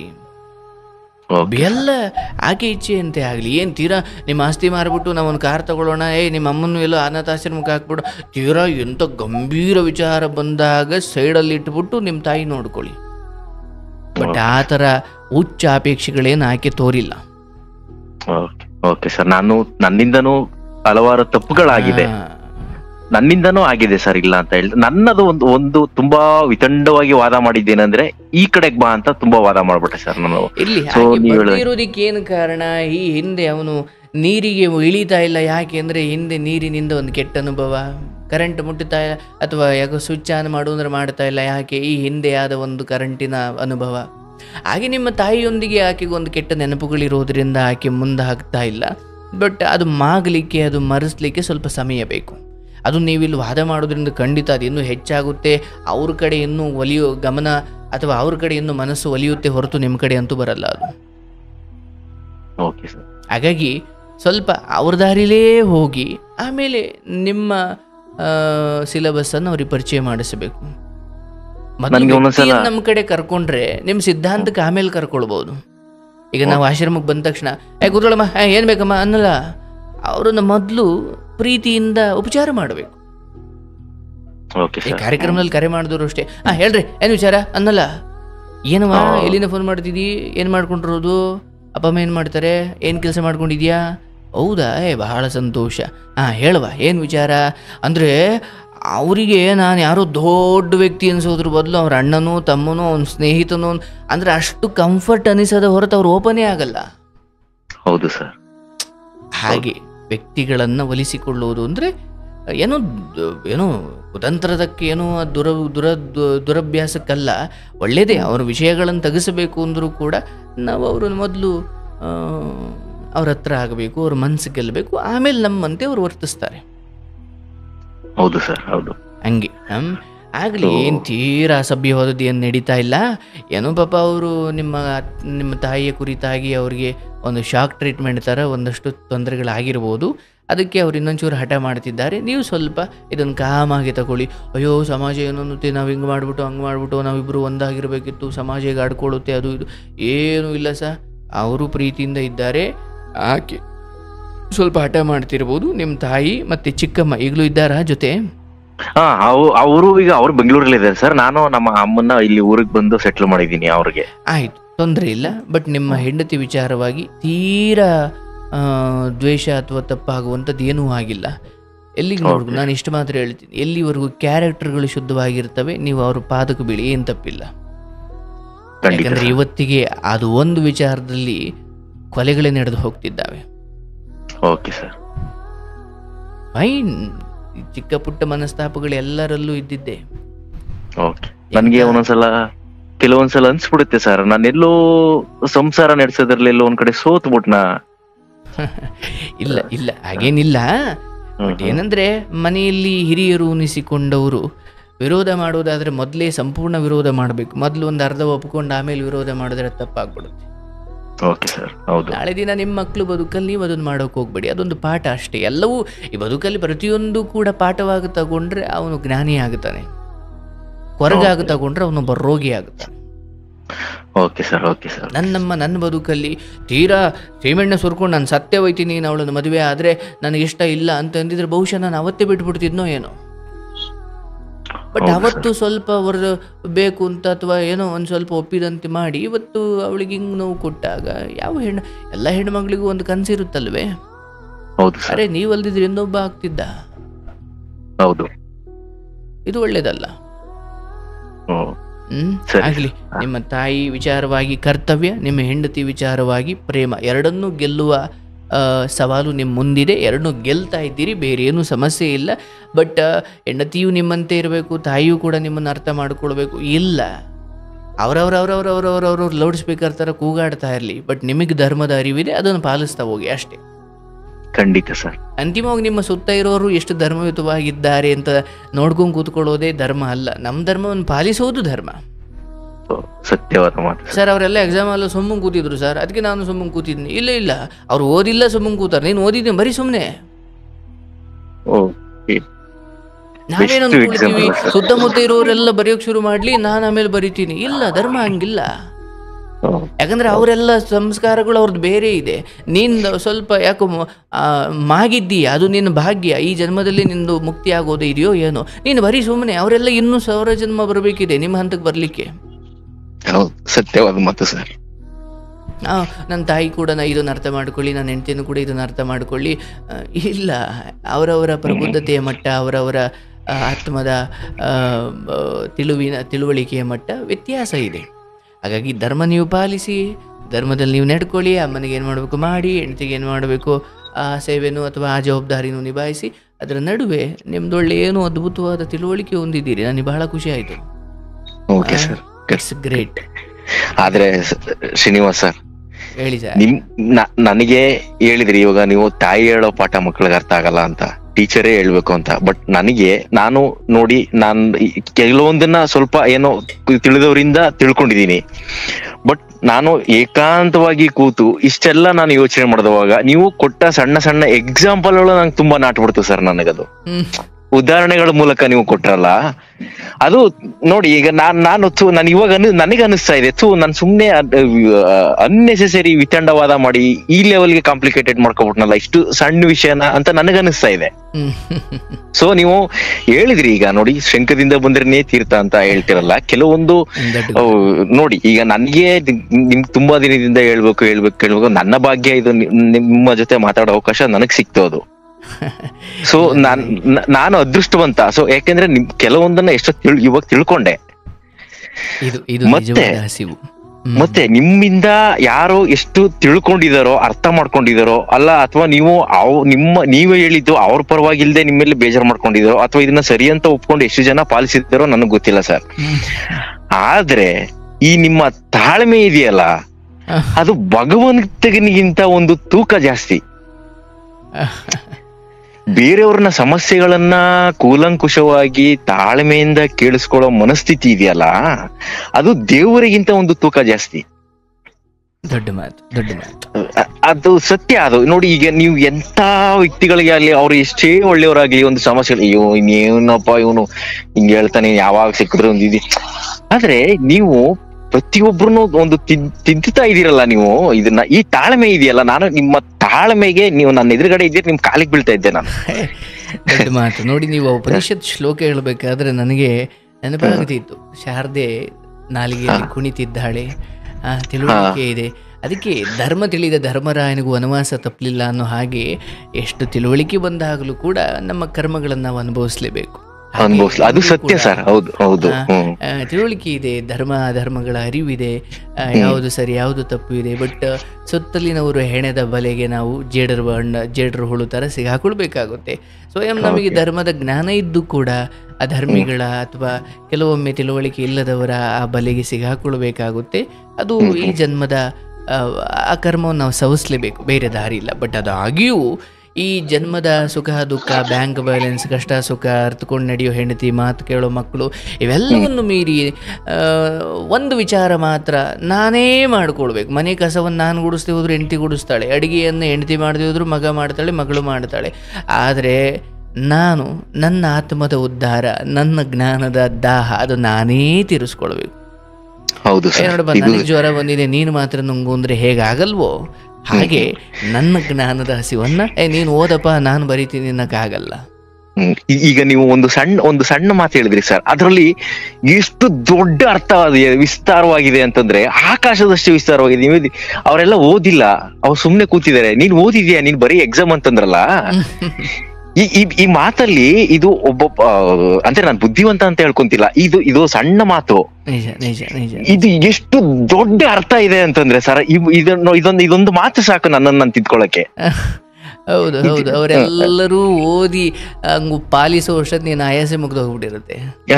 ಅದೇ ನೀವ್ ಹೇಳಿದ್ರಿ, ನೀನ್ ಓದಿದ್ಯಪ್ಪ, ನೀನ್ ಬರೀ ಎಕ್ಸಾಮು, ಪಕ್ಕದವ್ರನ್ನ ಯಾಕೆ ನೀನು ಅವ್ರು ಬರೀತಿಲ್ಲ ಅಂತ ನೀನ್ ನೋಡ್ತಿದ್ವಿ. ಇದೊಂದು ಸಣ್ಣ ಮಾತು, ಇಲ್ಲಿ ಇಷ್ಟು ಸಾಕು ಬದಲಾವಣೆ ಆಗಕ್ಕೆ ಮನುಷ್ಯ. ನಿಜ ನೋಡಿ, ಅದು ನಿಮ್ಮ ಗ್ರಾಸ್ಪಿಂಗ್ ಪವರ್, ಅದನ್ನ ಗ್ರಹಿಸುವ ಮಟ್ಟ ಶ್ರೇಷ್ಠವಾಗಿದೆ. ಆ ಕಾರಣಕ್ಕೆ ನಿಮ್ಮಲ್ಲಿ ಶಾರದೆ ನೆಲೆಸಿದ್ದಾಳೆ. ನನಗೆ ಅದನ್ನು ಬಹಳ ಸಂತೋಷವಾಯಿತು. ಅಂಡ್ ಜಾತಿ ಅಥವಾ ಈ ವಿಚಾರವಾಗಿ ನೀವು ಕ್ರಾಂತಿಕಾರಿ ಹೆಜ್ಜೆ ಇಟ್ಟಿದ್ದೀರಿ. ನಾನು ಅವತ್ತಿಂದ ಇವತ್ತಿನವರೆಗೂ ಸಮಾಜಕ್ಕೆ ಅದನ್ನು ಹೇಳ್ತಾನೆ ಬರ್ತಿದ್ದೀನಿ. ನನ್ನ ಈ ಸಂಪರ್ಕಕ್ಕೆ ಬಂದ ಅಂತಹ ಮನೆತ ಅಥವಾ ಅಂತಹ ಜೋಡಿಗಳ ವಿಚಾರವಾಗಿಯೂ ನಾನು ಏನು ಹೇಳಿದೆ, ಅಂಥದ್ದೊಂದು ನಿರ್ಧಾರ ತೆಗೆದುಕೊಳ್ಳಬೇಕಾದಾಗ ಇದ್ದ ಬದ್ಧತೆ, ಆ ಮೋಹ, ಆ ಪ್ರೇಮ, ಆ ಕಾಮ ಅಥವಾ ಅಷ್ಟೇ ಆ ಉದ್ವೇಗ ನೀವು ಕಡೆಯವರೆಗೂ ಉಳಿಸ್ಕೊಳ್ಳೋದಾದರೆ ಹೋಗಿ, ಇಲ್ಲ ಸುಮ್ಮನೆ ನಿಮ್ಮ ಅಪ್ಪ ಅಮ್ಮ ಹೇಳ್ದಂಗೆ ಕೇಳ್ಕೊಂಡು ಸುಮ್ಮನೆ ಇದ್ಬಿಡಿ. ಯಾಕೆ ಈಗ ನೋಡಿ ಇವರು ಕುಣ್ಕಂಡಾದ್ರು ಈಗ ನೋಡು ಅನುಭವಿಸ್ತಾವ್ರೆ ಅಂತ ನಾಳೆ ಸಮಾಜ ಹೇಳ್ಕೊಂಡಂಗೆ ಆಗ್ಬಾರ್ದಲ್ಲ, ಆಹಾರ ಆಗ್ಬಾರ್ದಲ್ಲ. ಹೌದು ಸರ್, ಹೌದು. ಅದಕ್ಕೆ ಹೇಳೋದು, ನೀವು ನಿಮ್ಮ ಬದುಕಿನ ಸಾಧನೆಗಳು, ನಿರ್ಧಾರಗಳು ಹೆಂಗಿರಬೇಕು ಅಂದರೆ, ನಿಮ್ಮ ಯೋಗ್ಯತೆಯ ಬಗ್ಗೆ ಮಾತಾಡ್ತಿದ್ದವರೆಲ್ಲ ನಾಳೆ ಒಂದು ದಿನ ನಿಮ್ಮನ್ನು ಮಾತಾಡ್ಸೋಕ್ಕಿಂತ ಮುಂಚೆ ಅವ್ರ ಯೋಗ್ಯತೆ ಬಗ್ಗೆ ಅವ್ರು ಯೋಚನೆ ಮಾಡಬೇಕು. ಹೌದು ಸರ್. ನಮ್ಮ ಯೋಗ್ಯತೆಯನ್ನು ಪ್ರಶ್ನೆ ಮಾಡ್ತಿದ್ದವರು ನಾಳೆ ದಿನ ನಮ್ಮನ್ನು ಮಾತಾಡಿಸ್ಬೇಕು ಅಂದಾಗ, ಅಯ್ಯೋ ನನಗೆ ಅವನು ಮಾತಾಡಿಸೋ ಯೋಗ್ಯತೆ ಇದೆಯೋ ಇಲ್ವಪ್ಪ ಅಂತ ಅವ್ರ ಬಗ್ಗೆ ಯೋಚನೆ ಮಾಡ್ಕೊಳ್ಬೇಕು. ಹಂಗಿರ್ಬೇಕು ನಮ್ಮ ಬದುಕು. ಹಂಗೆ ಬದ್ಧವಾಗಿ ನಡೆಯೋದಾದ್ರೆ ಹೋಗು, ಇಲ್ವಾ ನಾನು IAS ಓದ್ತೀನಿ ಅಂತ ಊರವ್ರಿಗೆಲ್ಲ ಹೇಳ್ಕೊಂಬಂದು ಕಡೆಗೆ ಏನೂ ಆಗದೆ ಹೋದ್ರೆ ಸುಮ್ಮನೆ ಬಾಯಿಗೆ ಆಹಾರ ಆಗ್ತೀಯ. ಒಂದು ಸದ್ದಿಲ್ದಂಗೆ ಓದು, ಆದರೆ ಚಂದ ಆಗ್ಲಿಲ್ವಾ ಯಾರಿಗೂ ಗೊತ್ತಿಲ್ಲ, ಏನು ಕಳ್ಕೊಂಡಿಲ್ಲ. ಹೌದು ಸರ್. ಹೇಳ್ಕೊಂಡು ಓಡಾಡಬೇಡ. ಹೌದು ಸರ್. ಈ ವಿಚಾರದಲ್ಲಿ ಅದೇ ನೋಡಿ, ಏನು ಗುರುಗಳ ಅನುಗ್ರಹ ಅಷ್ಟೋ ಇಷ್ಟೋ ತಿಳುವಳಿಕೆ ಬಂದಿದೆ. ಅದನ್ನು 4 ಜನಕ್ಕೆ ಹೇಳೋ ಪ್ರಯತ್ನ. ನಾನು ಪರಿಪೂರ್ಣ ಅಂತ ಖಂಡಿತ ಅಲ್ಲ, ಬಟ್ ನಿಮ್ಮಂಥವ್ರು ಬಾಗಿ ಶರಣಾಗಿ ಕೇಳಿದಾಗ ಅದು ನನ್ನ ಭಾಗ್ಯ. ನೋಡಿ ಸರ್, ಶ್ರೀನಿವಾಸ್ ಸರ್, ನೀವು ನೋಡಿ, ಒಬ್ಬ ಗುರುವಾದವರು ಶಿಷ್ಯನ ಮಾತನ್ನ ಎಷ್ಟು ನೀಟಾಗಿ ಗ್ರಹಿಸ್ತಾರೆ ಅಂತಂದ್ರೆ, ನೀವ್ ಹೇಳಿದ್ರಿ ಈಗ ಇನ್ನೊಂದು ಮಾತು, ನೋಡಪ್ಪ ನಿನ್ನ ಆತ್ಮಕ್ಕೆ ಈ ಜನ್ಮದಲ್ಲಿ ನಿನಗೆ ಮುಕ್ತಿ ಸಿಗ್ಬೋದು ಅಂತ. ಸೊ ಕೃಷ್ಣ ಅದನ್ನೇ ಅವರು ಹೇಳಿದ್ರು ಭಗವದ್ಗೀತೆಯಲ್ಲಿ, ಮತ್ತ ಪರಿತರಂ ನಾಣ್ಯತ್ ಕಿಂಚಿದಸ್ತಿ ಧನಂಜಯ ಮಯಿ ಸರ್ವಮಿದಂ ಸೂತ್ರೇ ಮಣಿಗಣ ಇವ. ನಾನು, ನೀವು, ಪ್ರಾಣಿ, ಪಕ್ಷಿ ಎಲ್ಲರೂ ಒಂದಕ್ಕೊಂದು ಇಂಟರ್ ಕನೆಕ್ಟೆಡ್. ನನ್ನಲ್ಲಿ ಏನಿದೆ ಅಂತ ನಿಮ್ಮ ಒಳ ಆತ್ಮಕ್ಕೆ ಅರ್ಥ ಆಯ್ತು. ನನ್ಗೆ ಅಷ್ಟೇ ಇಷ್ಟೊಂದು ನೀಟಾಗಿ ಹೇಳಿದ್ರಿ, ನನಗೆ ಅರ್ಥ ಆಗ ನನ್ನ ಭಾಷೆನಲ್ಲಿ ಹೇಳಿದ್ರಿ ಒಬ್ರು ಗುರು ಆದವರು ನೀವು. ಇವನಿಗೆ ಹೆಂಗೆ ಹೇಳಿದ್ರೆ ಅರ್ಥ ಆಗುತ್ತೆ ಅಂತ ನಿಮ್ಮ ಒಳಗಡೆ ಅಂತ ಬಂತದು ಮಾತು, ನೀವ್ ಹೇಳಿದ್ ಮಾತಲ್ಲ. ಸೊ ಇದೇ ನಿಜವಾದ ಆಧ್ಯಾತ್ಮ, ದೇವ್ರು ಅನ್ನೋದು ಇಷ್ಟೇ ಸಾಕು ಸರ್. ಈ ಕನೆಕ್ಷನ್ ನಾನು ಇದನ್ನ ದೇವ್ರ ಹತ್ರ ಇಟ್ಕೊಳ್ಬೇಕು ಅಂತ ನಾನು ಹೇಳಿದ್ದೀನಿ. ಹೌದು, ನನ್ನ ಪ್ರಕಾರವೂ ಅದೇ ಸತ್ಯ. ಯಾವಾಗ ಒಂದು ಹೇಳಿದ್ರಿ, 100 ವ್ಯಾಟ್ ತಡ್ಕೊಳೋ ಬಲ್ಬ್ಗೆ 11,000 ವ್ಯಾಟ್ ಹಾಕಿದಾಗ ಏನಾಗ್ಬೇಕಲ್ಲ ಬಲ್ಬ್ ಕತೆ.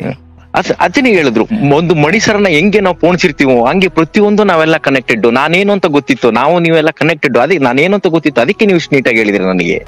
ಗ್ರೇಟ್, ನೀವು ಅದನ್ನು ಚೆನ್ನಾಗಿ ಅರ್ಥ ಮಾಡ್ಕೊಂಡಿದ್ದೀರಿ. ಹಾಗೂ ನಿಮ್ಮ ಮೂಲಕ ಸಮಾಜಕ್ಕೆ ಒಂದು ಉತ್ತಮ ಪಾಠವನ್ನು ಹೇಳಿಕೊಟ್ಟಿದ್ದೀರಿ. ಇಂಥದ್ದೇನು ನಿರ್ಧಾರ ತೆಗೆದುಕೊಳ್ಳಬೇಕಾದ್ರೆ ಒಂದು ಎಚ್ಚರವಾಗಿರಬೇಕು. ಆ್ಯಂಡ್ ಸ್ವಲ್ಪ ನೀವು ಜೋಡಿಯಾಗಿ ನಿಮ್ಮಲ್ಲಿ ಬಿರುಕು ಮೂಡಿದ್ರೆ ನೀವು ಬಾಯಿಗೆ ಆಹಾರ ಆಗಿಬಿಡ್ತೀರಾ. ಅದನ್ನು ಮಾಡಬಾರ್ದು ಅಂತ.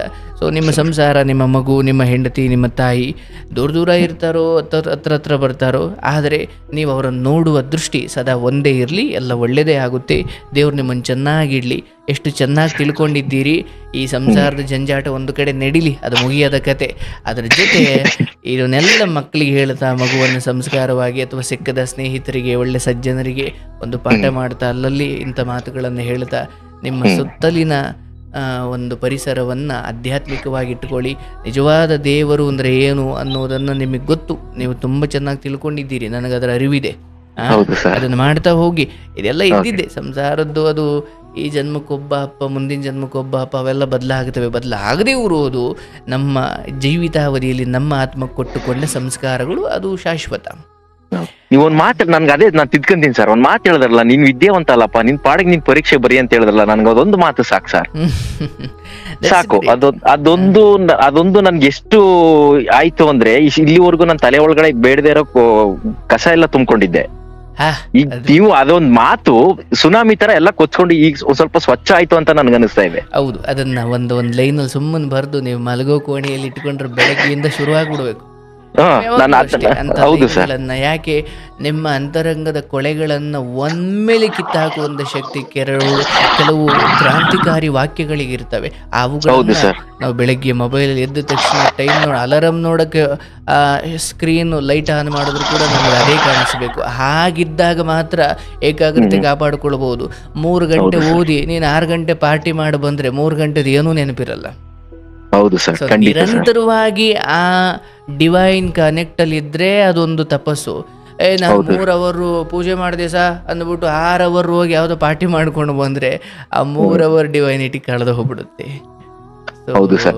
ಮನೆ ಒಳಗೂ ಮನೆ ಹೊರಗೂ ಅಂಥದ್ದೇ ಸ್ಪಿರಿಚುವಾಲಿಟಿ ವ್ಯಕ್ತಿತ್ವಗಳ ಅಥವಾ ವಿಚಾರಗಳ ಕನೆಕ್ಷನ್ ಇದ್ರೆ ಮಧ್ಯರಾತ್ರಿ ಎಬ್ಬರಿಸಿ ಒಬ್ಬ ಸಮಸ್ಯೆ ಹೇಳಿದ್ರು ಅದಕ್ಕೆ ಸಾಂತ್ವನ ಹೇಳೋ ಶಕ್ತಿ ನಿಮಗಿರುತ್ತೆ. ಬಟ್ ನಿಮ್ಗೆ ಒಂದು ವೇಳೆ ಏನೋ ಜನಕ್ಕೆ ಹೇಳ್ಬೇಕು ಅಂತ 3 ಅವರ್ ಓದ್ಬಿಟ್ಟು ಇನ್ನು 6 ಅವರ್ 10 ಅವರ್ ನೀವು ಹೆಂಗೆಂಗೋ ಬದುಕ್ಬಿಟ್ರೆ ಯಾರೋ ಒಂದ್ ಏನೋ ಕೇಳಿದ್ರೆ ತಡಬಡಾಯಿಸ್ಬಿಡ್ಬೇಕಾಗುತ್ತೆ. ಆಮೇಲೆ ಸತ್ಯವಾದ ಮಾತು ಸರ್. ನಾನು ಎಷ್ಟು ಜೋರಾಗಿ ನಾನು ವಿರುದ್ಧ ದಿಕ್ಕಿನಲ್ಲಿ ನಾನು ಬಾಣ ಬಿಡ್ತಾ ಇದ್ದೆ ಅಂದ್ರೆ ಸಣ್ಣ ಕಿರುಬೆಳ್ಳಿನಲ್ಲಿ ಅದ್ರ ದಿಕ್ಕನ್ನು ಬದಲಾಯಿಸಿದ್ರಿ ನೀವು. ಹೌದು ಹೌದು, ಜಸ್ಟ್ ದಿಕ್ಕನ್ನು ಬದಲಾಯಿಸಿದಿರ ಅಷ್ಟೇ. ಒಳ್ಳೆ ದಿಕ್ಕಲ್ಲಿ ಹೋಗ್ತೀನಿ ಬಿಡಿ ಸರ್ ಇನ್ಮೇಲೆ. ಇಲ್ಲ, ಎಲ್ಲ ಚೆನ್ನಾಗಿದೆ. ಏನೋ ಒಂಚೂರು ಗೊಂದಲ, ಅದನ್ನ ಹೆಚ್ಚಾಗಿ ಎಲ್ಲೂ ಹೇಳೋಕೆ ಹೋಗಬೇಡಿ. ಏನೇ ಗೊಂದಲ ಇದ್ರು ಬನ್ನಿ ಮಾತಾಡಿ. ನಿಮಗೆ ಒಳ್ಳೇದಾಗ್ಲಿ, ನಿಮ್ಮ ಶ್ರೀಮತಿಯವ್ರಿಗೆ ಒಳ್ಳೇದಾಗ್ಲಿ, ನಿಮ್ಮ ತಾಯಿಗೆ ಒಳ್ಳೇದಾಗ್ಲಿ, ಸಮಸ್ತ ಲೋಕಕ್ಕೆ ಒಳ್ಳೇದು ಬಯಸುವಷ್ಟು ಸಜ್ಜನರಿದ್ದೀರಿ. ಭಗವಂತ ನಿಮ್ಮ ಬೆನ್ನ ಹಿಂದೆ ಇದ್ದೇ ಇರ್ತಾನೆ. ನಿಮ್ಮ ಆಶೀರ್ವಾದ ಸದಾ ನನ್ನ ಮೇಲೆ ಇರ್ಲಿ ಸರ್. ದೇವರ ಅನುಗ್ರಹ, ಒಳ್ಳೇದಾಗ್ಲಿ ನಿಮಗೆ. ಧನ್ಯವಾದ. ನೋಡಿ, ನಾನು ಈ ಅಂತರ್ಜಾತಿ ವಿವಾಹ ಅಂತ ಬಂದಾಗ ನಾನು ತುಂಬ ಅಂತಹ ಕ್ರಾಂತಿಕಾರಿ ನಿರ್ಧಾರಗಳನ್ನು ತೆಗೆದುಕೊಳ್ಳುವ ಆ ಯುವ ಜೋಡಿಗೆ ನಾನು ತುಂಬ ಸ್ಪಷ್ಟವಾಗಿ, ಮೊದಲು ನಿಮ್ಮ ಬದುಕನ್ನು ಕಟ್ಟಿಕೊಳ್ಳಿ. ಒಂದು ವೇಳೆ ನೀವು ಈ ನಿರ್ಧಾರವನ್ನು ಮನೆಯವ್ರಿಗೆ ಒಪ್ಪಿಸಿ, ಇಲ್ಲ ಸರ್ ನಾವು ಮದುವೆ ಆಗ್ತಿದ್ದೀವಿ ಮನೆಯವರೆಲ್ಲ ಒಪ್ಪಿದ್ದಾರೆ ಅಂದರೂ ಕೂಡ ನಾಳೆ ಮಧ್ಯದಲ್ಲಿ ಎಲ್ಲೋ ಮಾತುಗಳು ಶುರುವಾಗ್ತವೆ. ನಿಮಗೆ ಅದನ್ನು ಕೇಳೋಕ್ಕಾಗಲ್ಲ, ಅಷ್ಟು ಘೋರವಾಗಿರ್ತವೆ. ಸೊ ಅವುಗಳನ್ನು ಸಹನೆ ಮಾಡೋ ಶಕ್ತಿ ಇದ್ದರೆ ಮುಂದೆ ಹೋಗಿ, ಇಲ್ಲಾಂದರೆ ದಯವಿಟ್ಟು ಬೇಡ. ಇಲ್ಲಾಂದರೆ ಲೋಕಕ್ಕೆ ನೀವು ನೋಡಿ ಬೇಡ ಅಂದರೂ ಕುಣ್ಕೊಂಡು ಆದರೂ ಈಗ ಅನುಭವಿಸ್ತಾವ್ರೆ ಅಂತ ಕೆಟ್ಟ ಸಂದೇಶ ಕೊಟ್ಟು ಬಿಡ್ತೀರಿ. ಅದು ಆಗಬಾರ್ದು. ಒಳ್ಳೆಯದಾಗಲಿ, ಶುಭವಾಗಲಿ.